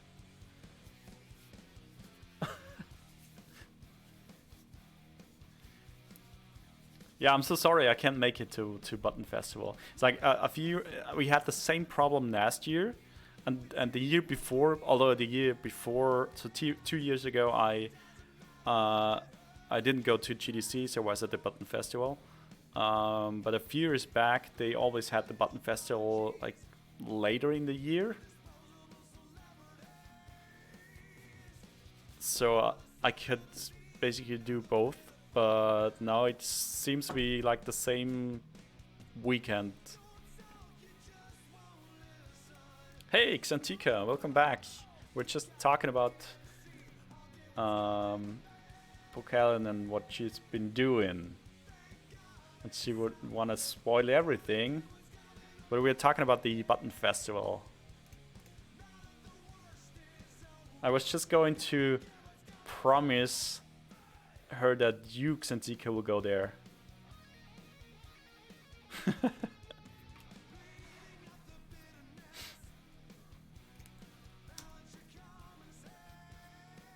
No!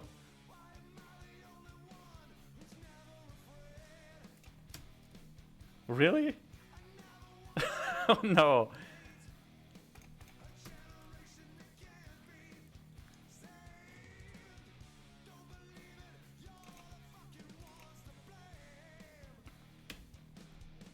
So where is more randomness in there? Oh, here it is.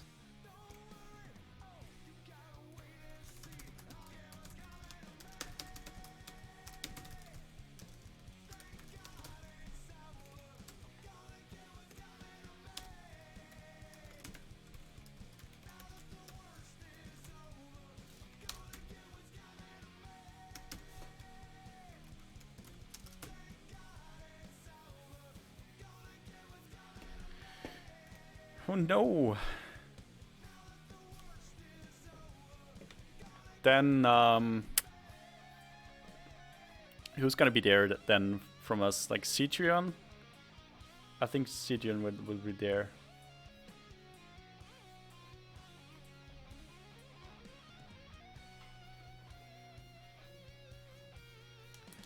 I think this is gonna end, Pokalen, I think this is gonna end up you taking over the whole show.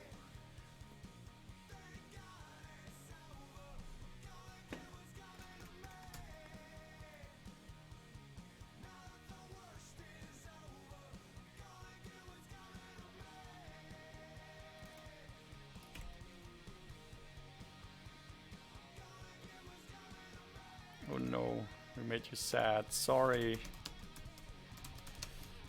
Very sorry.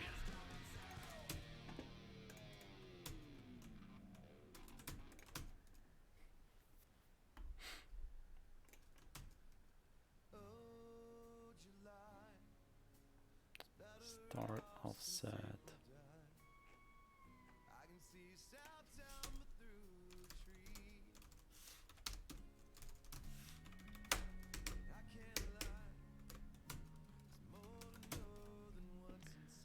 Distribute flags.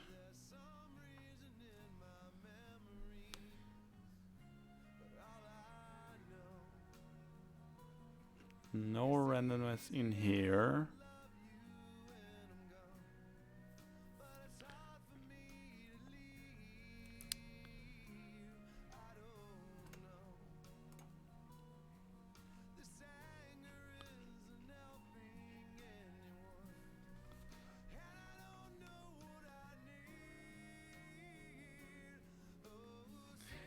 I bet someone is. I mean, there's like 2,000 people there at Button Festival, but from us, I bet there's someone will be there. I mean, not me because of GDC, and Gaussius Mocker is at GDC as well.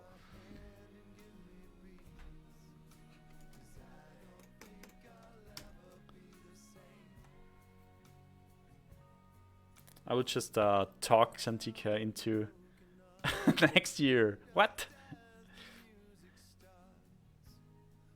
I think Cetrion will be there.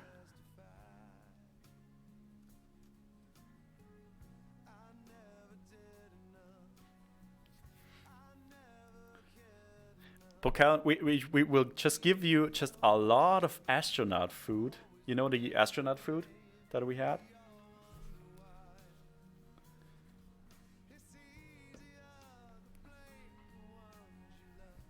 And then people will know. And if they don't know, we just don't give them astronaut food.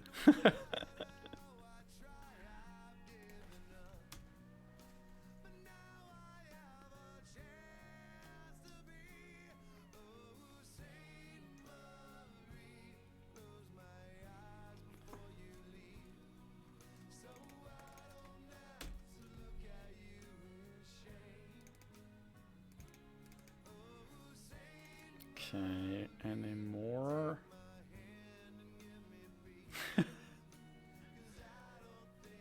Is that an offer?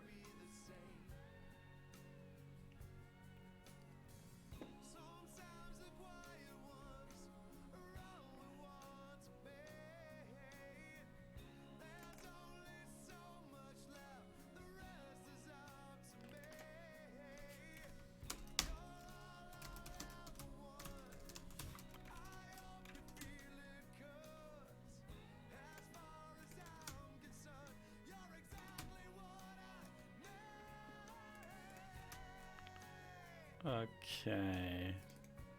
Run imager there. App name. I think we're all set now. No, it isn't. We'll have to negotiate. Unless...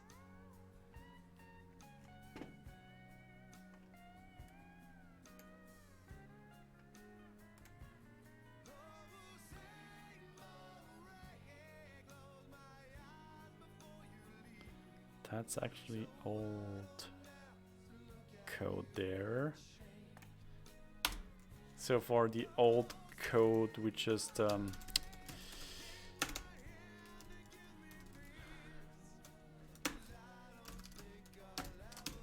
use that random manager here.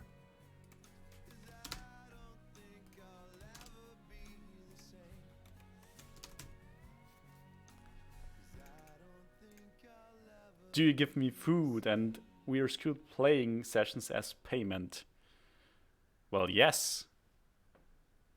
That sounds like we have a deal.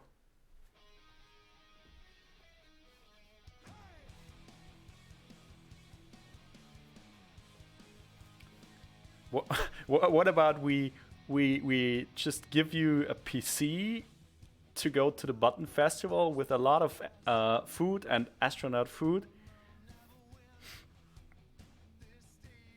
It feels right.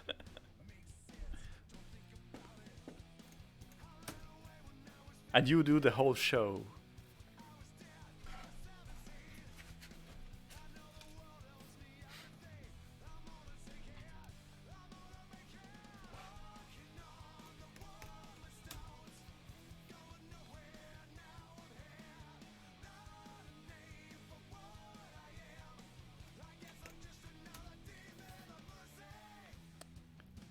Okay, did I miss something? No, hopefully not.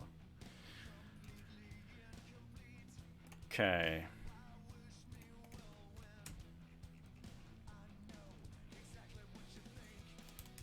And we also give you a version of the game to practice before the Button Festival.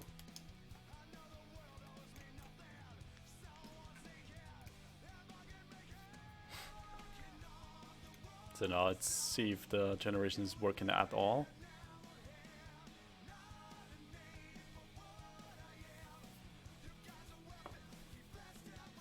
I can do the show on Friday. I'm not that long on Saturday, got a date. Oh yeah.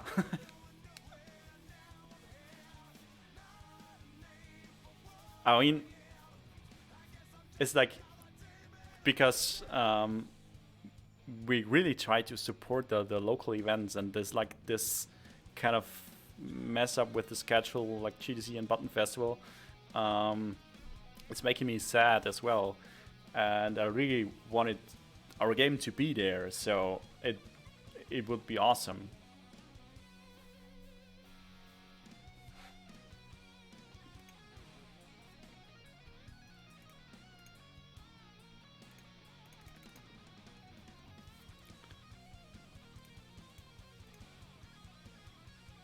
Okay, hang on. There's something missing here. Okay.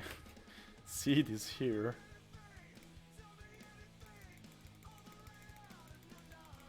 Shouldn't that generate the same thing over and over again? So first of all...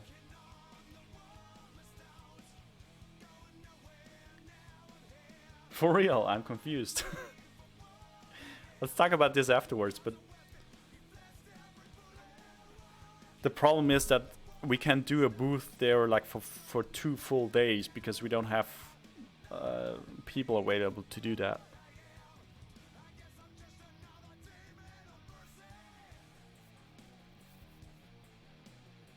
But it would be awesome to have, I don't know, a session for at least a couple hours or something. So if we could arrange that, it would be awesome. But let's talk after the stream. If you're interested, of course.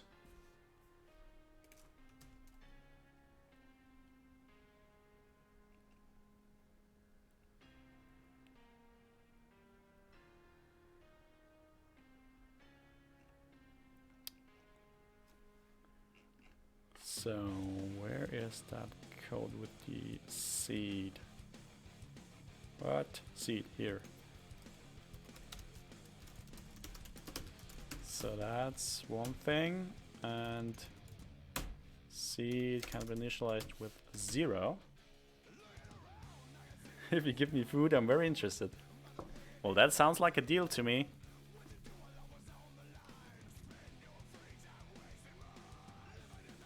And those small dreams are just to take over the universe.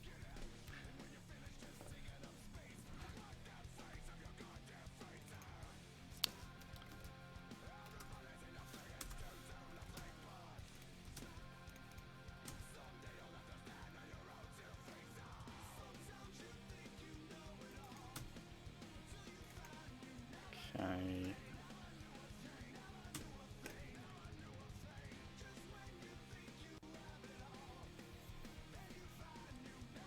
Yeah, exactly.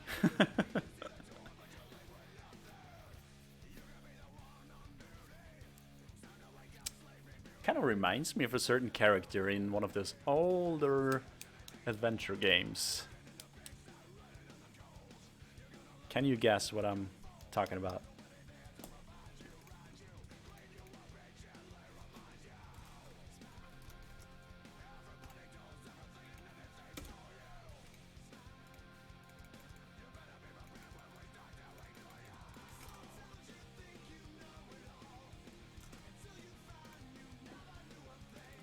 So why does it still change? The selected map flags are changing? I mean, they should not. Are they really changing? It's just the... Yeah, I think it is changing, yeah. Okay.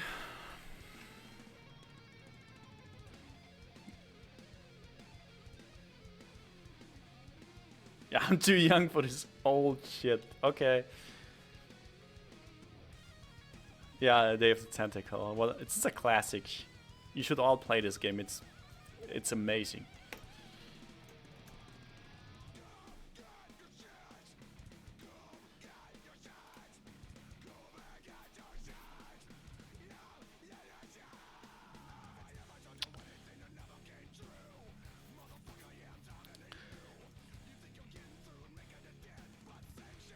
Okay, selected map flags.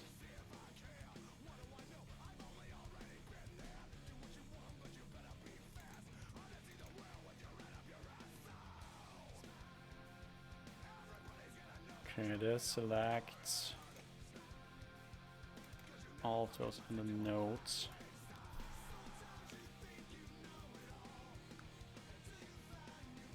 Start playing it around Christmas. Maybe I should finish it.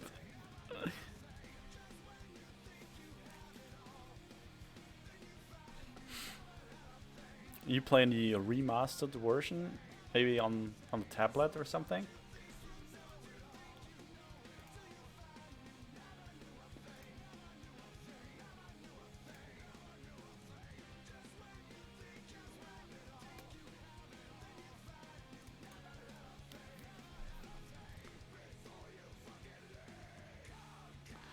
Okay. Well, that's weird.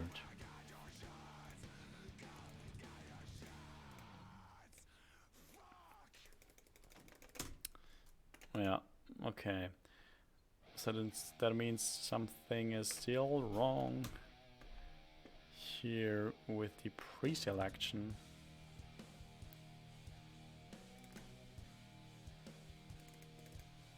So select map node for flags.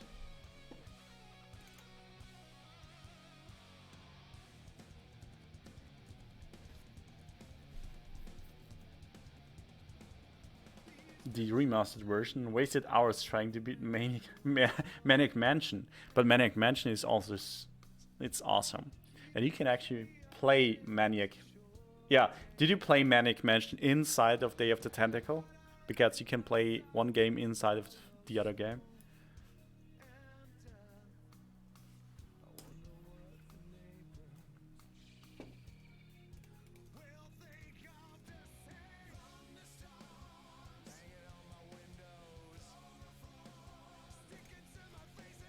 Yeah. I actually played Manic Mansion outside, I mean as a standalone game as well, back in the days on, what was that? I'm not sure, C64? I think so, yeah.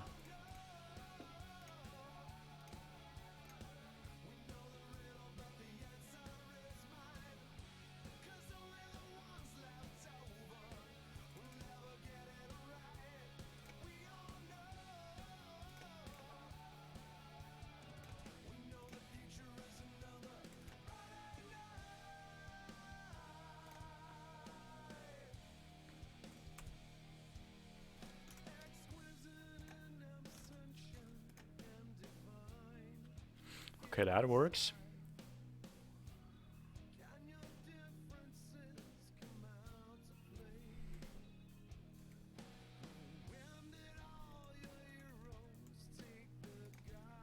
So it's the same value when we start every time. First value is 15.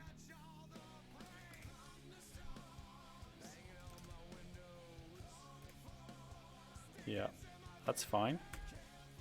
That's good. Manic Mansion is like a really old school game. Yeah, I agree. Like, you damaged this envelope while trying to open it, and now you can't beat the game old school. Yes, true. It's really hard, by the way. It's like, I mean, Day of the Tentacle is, if you haven't played it before, there's certain points with it is a bit challenging. But compared to Manic Mansion is like super easy.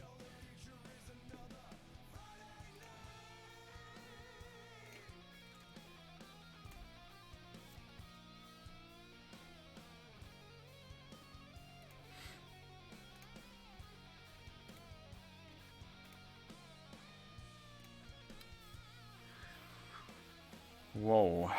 So what is happening here? Selected map flags still change.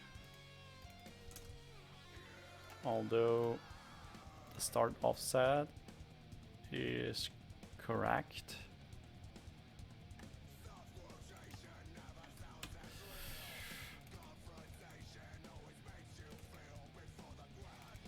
Nodes with flags. Yeah, thank you for following, Emilian. Welcome to the stream. Oh yeah. And as always, here is your thank you node in the game's code. It's gonna stay there. Thank you very much for following.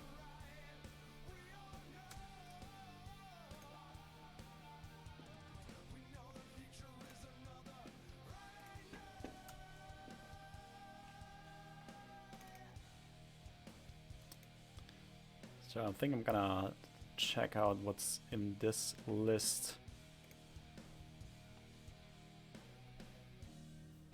My LucasArts adventure game of choice is Fate of Atlantis, though. Haven't beaten that either. That's a good one. What others have you played? What about Full Throttle?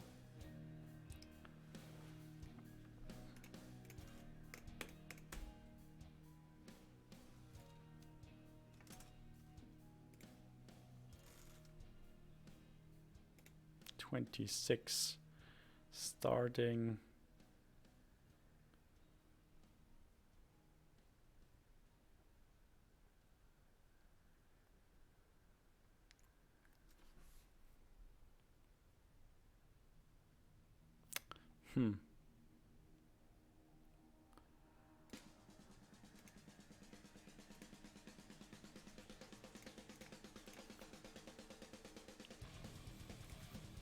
Is there anything here?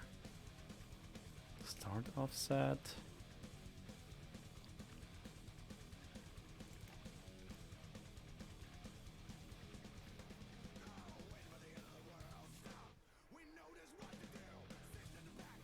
So you're actually about to finish what you're doing, Pokemon.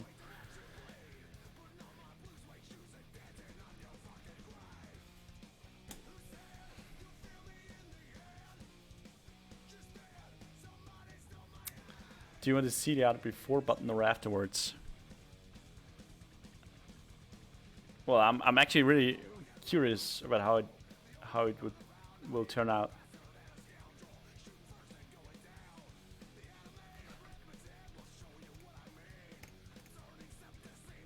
So yeah, maybe even before that.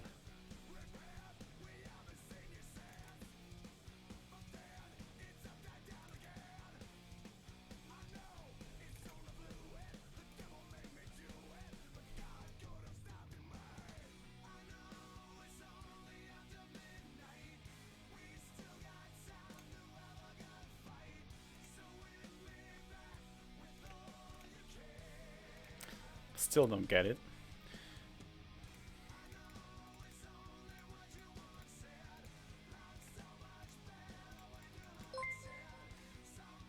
Whoa, thank you very much for subscribing, Emilian.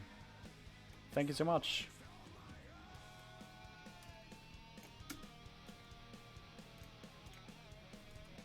Also makes me go back here.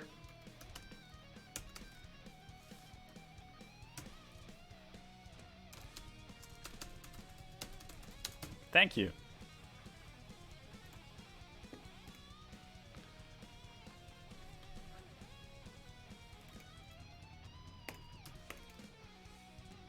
Get out the nodes with flags. And where is that? Selected map flags. Okay.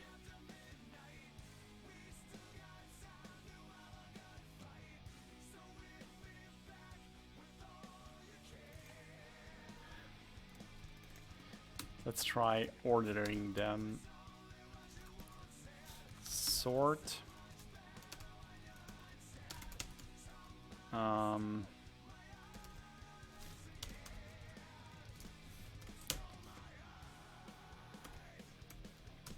I wonder what that will do with map flags. Nothing, probably. Yeah, Pokalan, you're asking the right question. Where is Binsu? So Binsu was here last week, just for a brief visit. I'm not sure where he is today.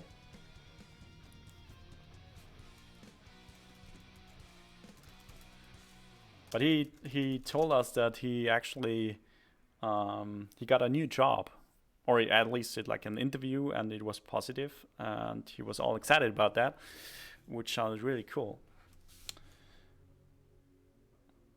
But I bet you can like nag him on Discord.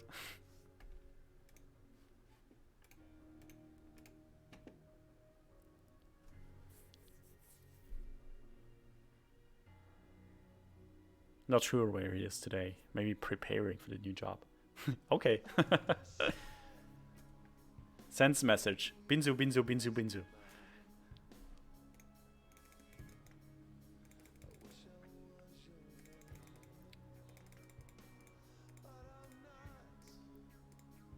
So it does change.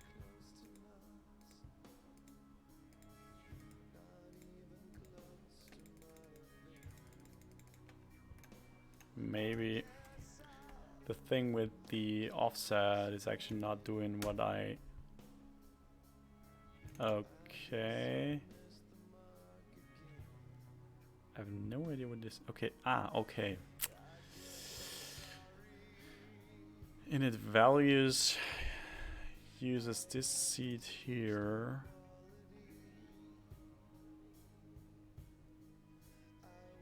And that's the problem.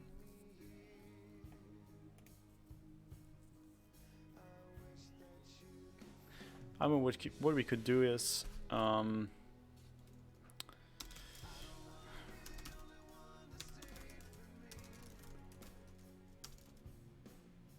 just use this seed here.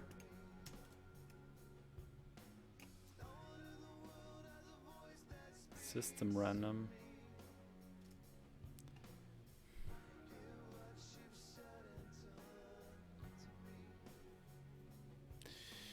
Yeah.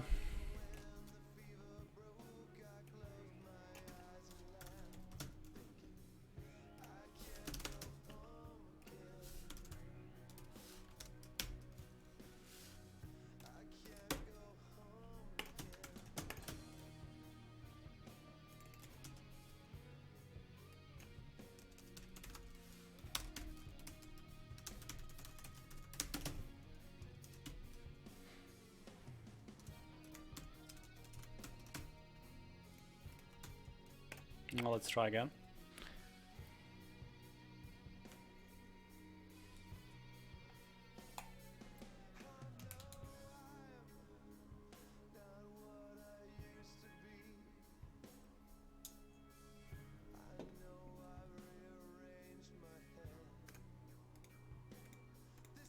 Still changing. What?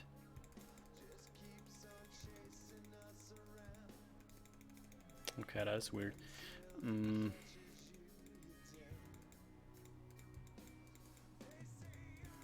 But at least the first one is always the same. So that means...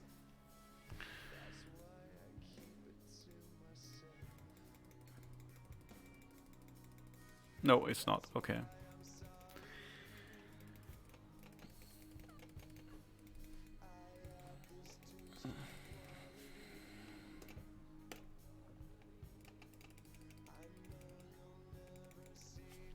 It is not.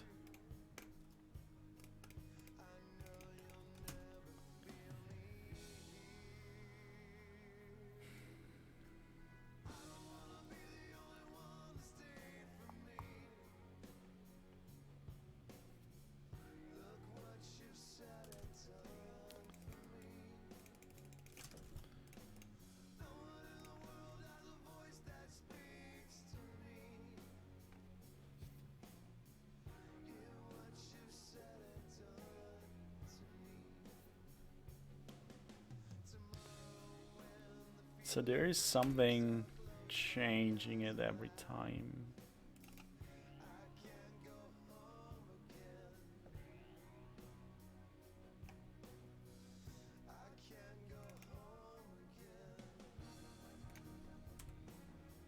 No.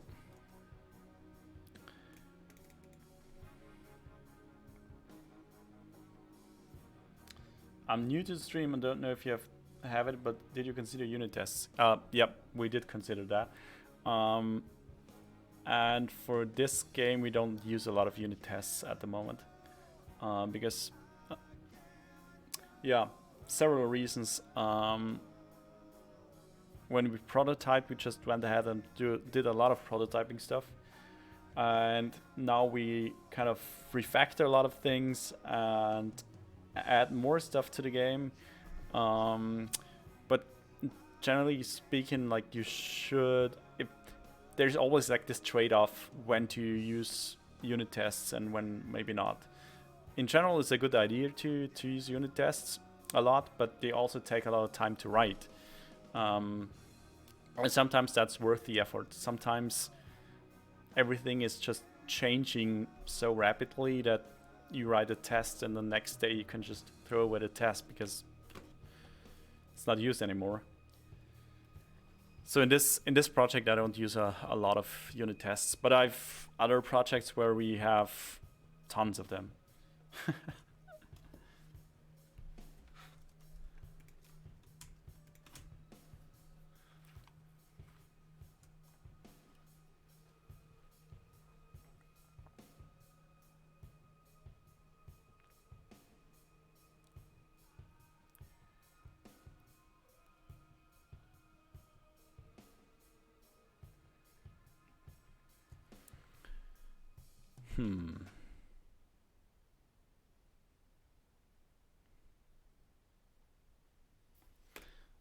Maybe it's the shuffle. Let's see if we can finish at least that for today. Because time is already running out. I can still go for a couple more minutes. Okay, it's not that.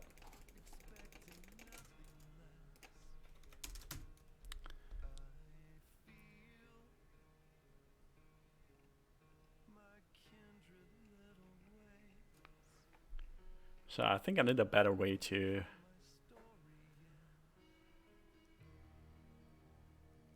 debug this, because there's just a whole lot of stuff going on in the generation. Do you have a time limit? Yep, the time limit is a stream goes until 8 p.m. max today, and that's like in 15 minutes.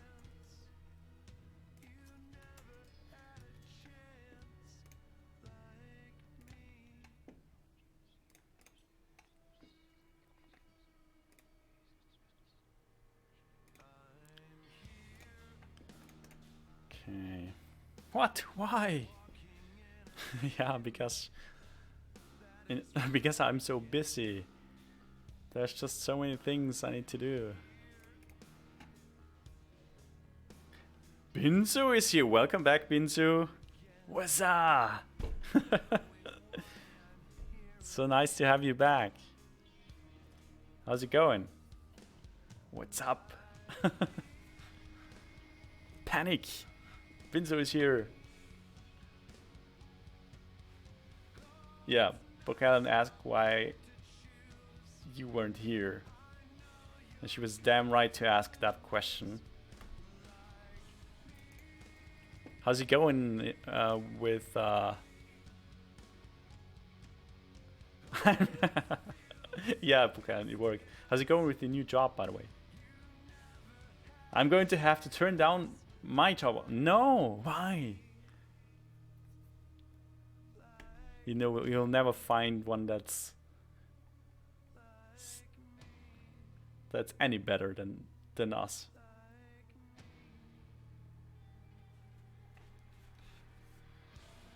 Yeah, everyone give it up for Binzu. Binzu has a new job in the games industry.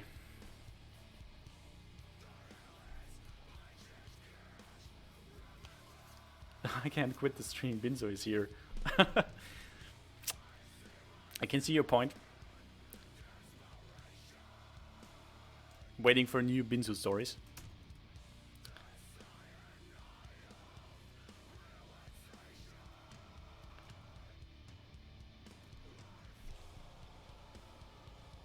New stories. It's story time with Binzu. Everyone listen up.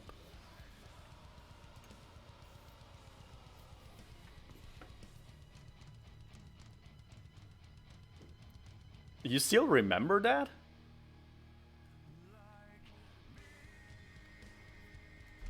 Snoop Dogg, you're looking at code. I'm not sure, maybe, but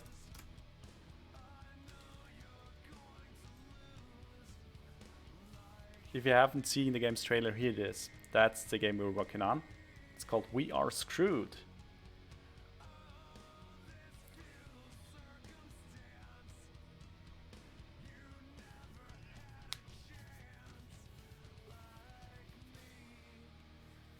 What? You were supposed to sing Kryptonite with a couple other guys. We missed the game. We stood there awkwardly for a minute while the song played. It destroyed me for life. Oh no!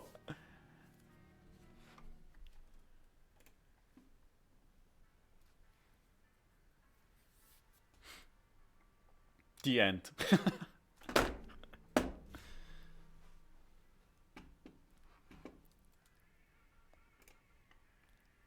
And on this terrible disappointment, we have to end the stream. Snoop Dogg, we are actually a team of 10 people, and half the team is working on We're Screwed. So, it's not all what I did. I just did a tiny part. I'm just kidding, Vinzo. It was actually kind of a weird story. I can tell you a similar story because I never ever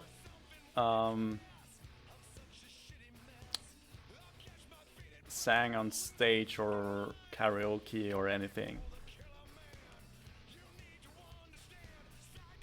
If the stream goes down, it's my fault. Okay.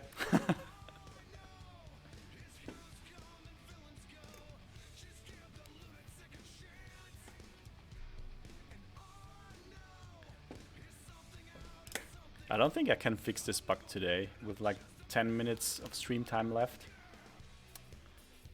So let's maybe just keep talking and nobody explodes. No wait, this is the title of the game. What I was singing Aladdin songs very loudly in the car once. Once. And I look it over and this teenage girl staring at me. Okay.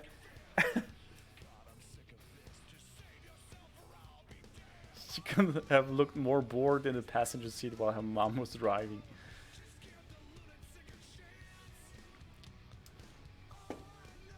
That's weird. Why wouldn't she enjoy your beautiful voice, Binzu? Now that is weird.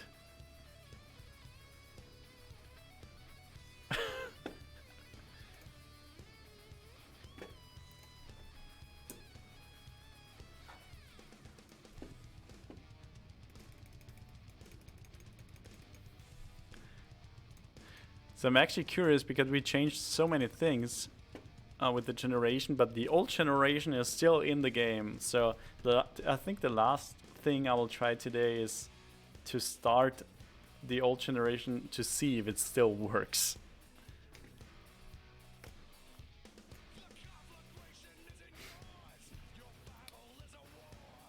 I think I changed her life that day for the better. I will just believe you.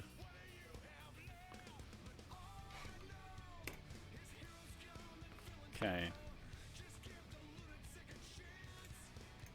So if you haven't seen the game before, this is how it actually looks like. And yeah, and this is how a broken ship looks like. Just like that. I'll sing it on stream sometime to you, Range. Yeah. What about, because Binzu here is the Binzu, the ship. How about on release day, we do a stream where you pilot the Binzu and sing that song on stream? What do you say?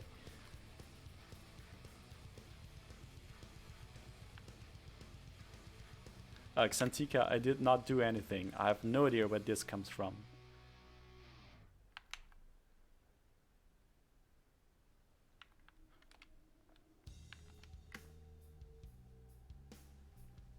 I just broke the game. That's what I do.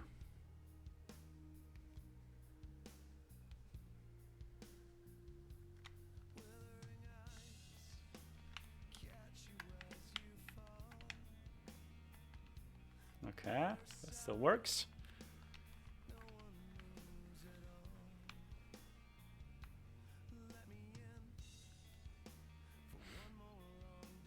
Okay. Oh, next. I think this one. Okay, no activity detected. It's fine. As long as it doesn't break here, it's fine.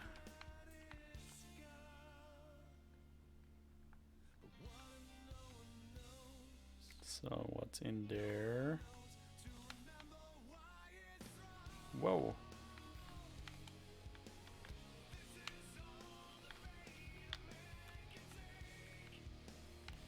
Okay, still works. Trust me. No one wants to hear me sing. Now we want it even more. Oh, thank you, Emilian.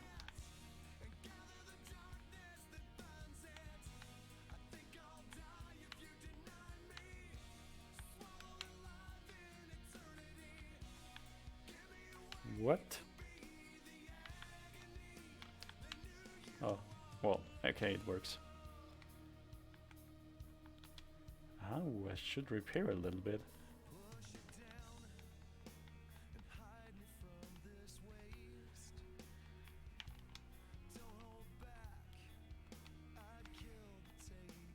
Oh, and there is an enemy approaching from both sides. Nasty ones. Oh no, I forgot. Oh, I messed up. Take that! Trash enemy. Oh yeah, and I added the thing that we can actually hit other bullets with your own ones.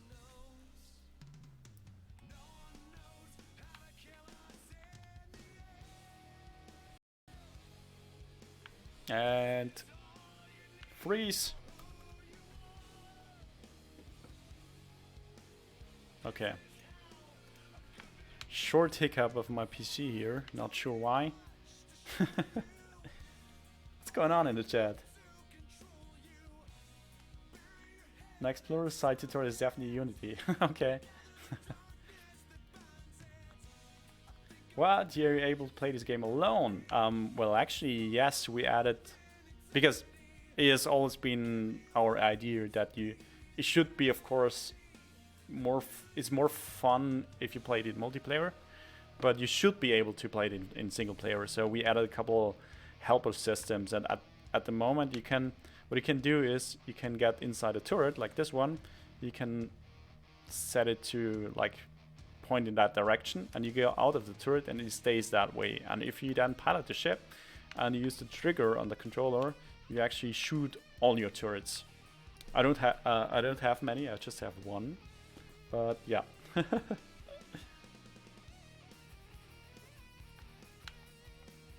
Pray because of 4K resolution bug. There is no 4K resolution bug in the editor. That's just in the build.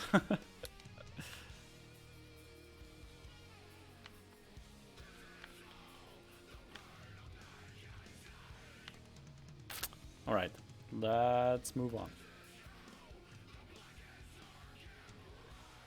4 people without any friends, no.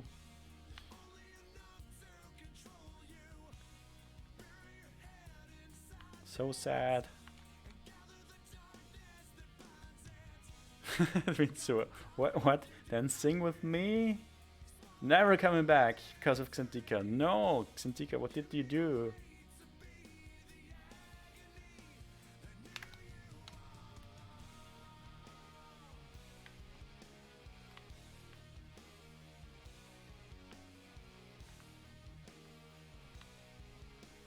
So where is my wrench? Need to repair a ship. Come on. Just a lot of stuff coming out the cargo entrance. Fire extinguisher. Need a wrench. Okay. Start repairing a little bit.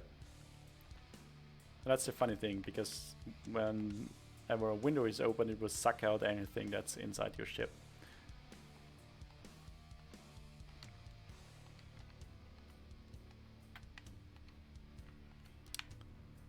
Okay, repairing.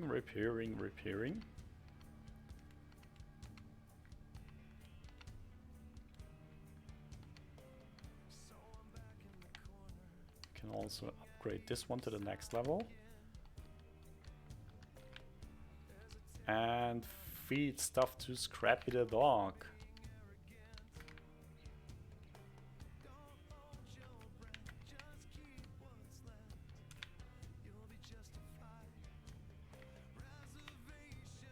But okay, I can't finish my cosplay. I lost the needle for 10.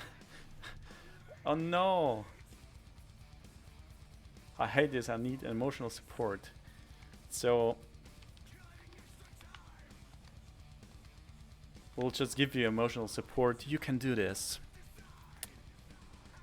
People in the chat, please support Pokalen.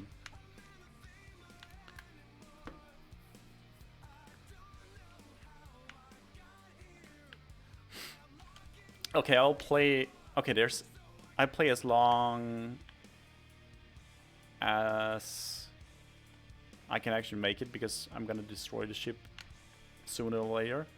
But there's still a bug where sometimes the ship spawns at the bottom left corner of the map, which shouldn't happen.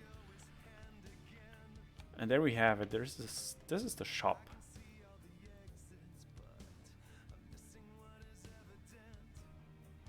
I think I'm gonna cry, just disappeared.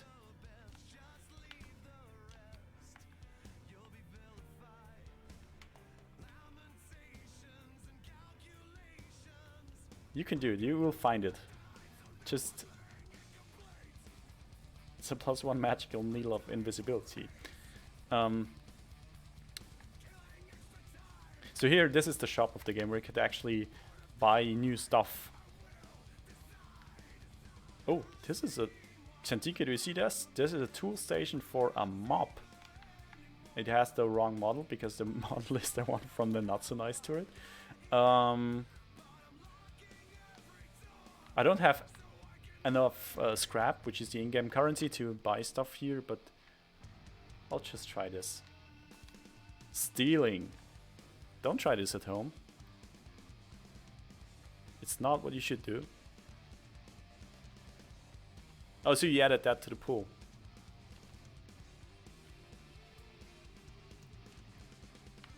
So that's great.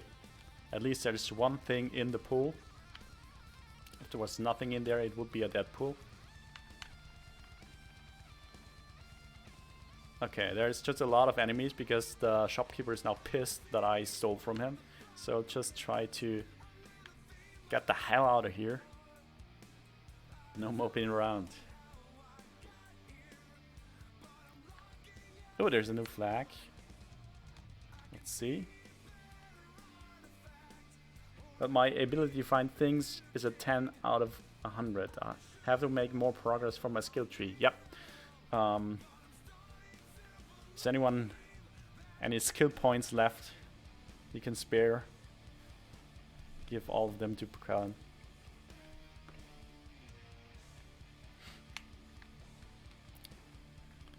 And there you have it. This is the mop. And if you clean up your ship. Now I'm starting to mix German and English.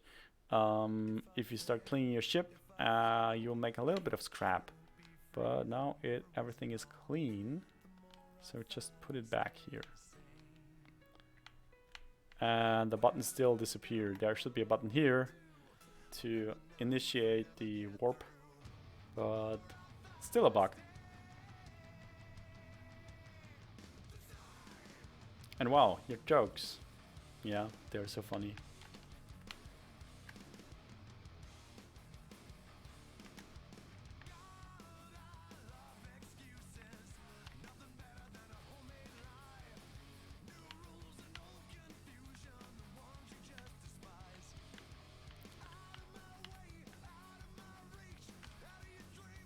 See, like a pro. Oh, now I got the key.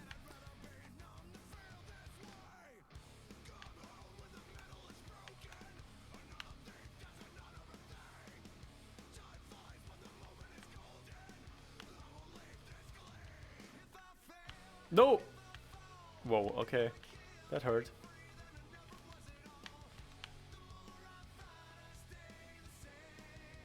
Yeah, exactly. Use a magnet. You find the needle. So you lost the magnet as well? Maybe it's on the floor.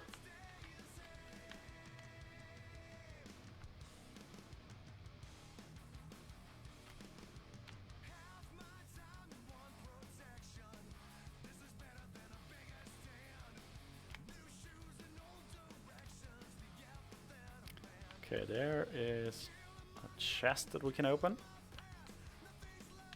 Ow, ow. Whoa, okay. Yep, I screwed up.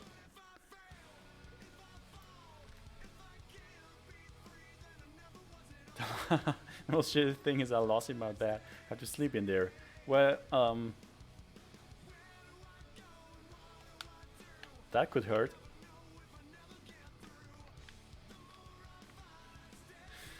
Alright, so I think for today, this is going to be the end of the stream.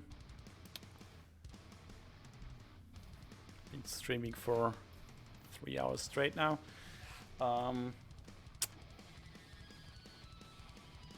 Thanks for nothing.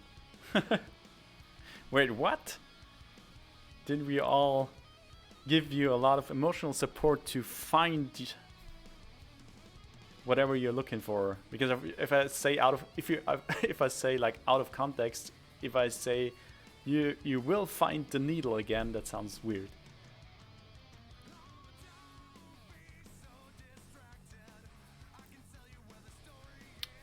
Xantica, that's true.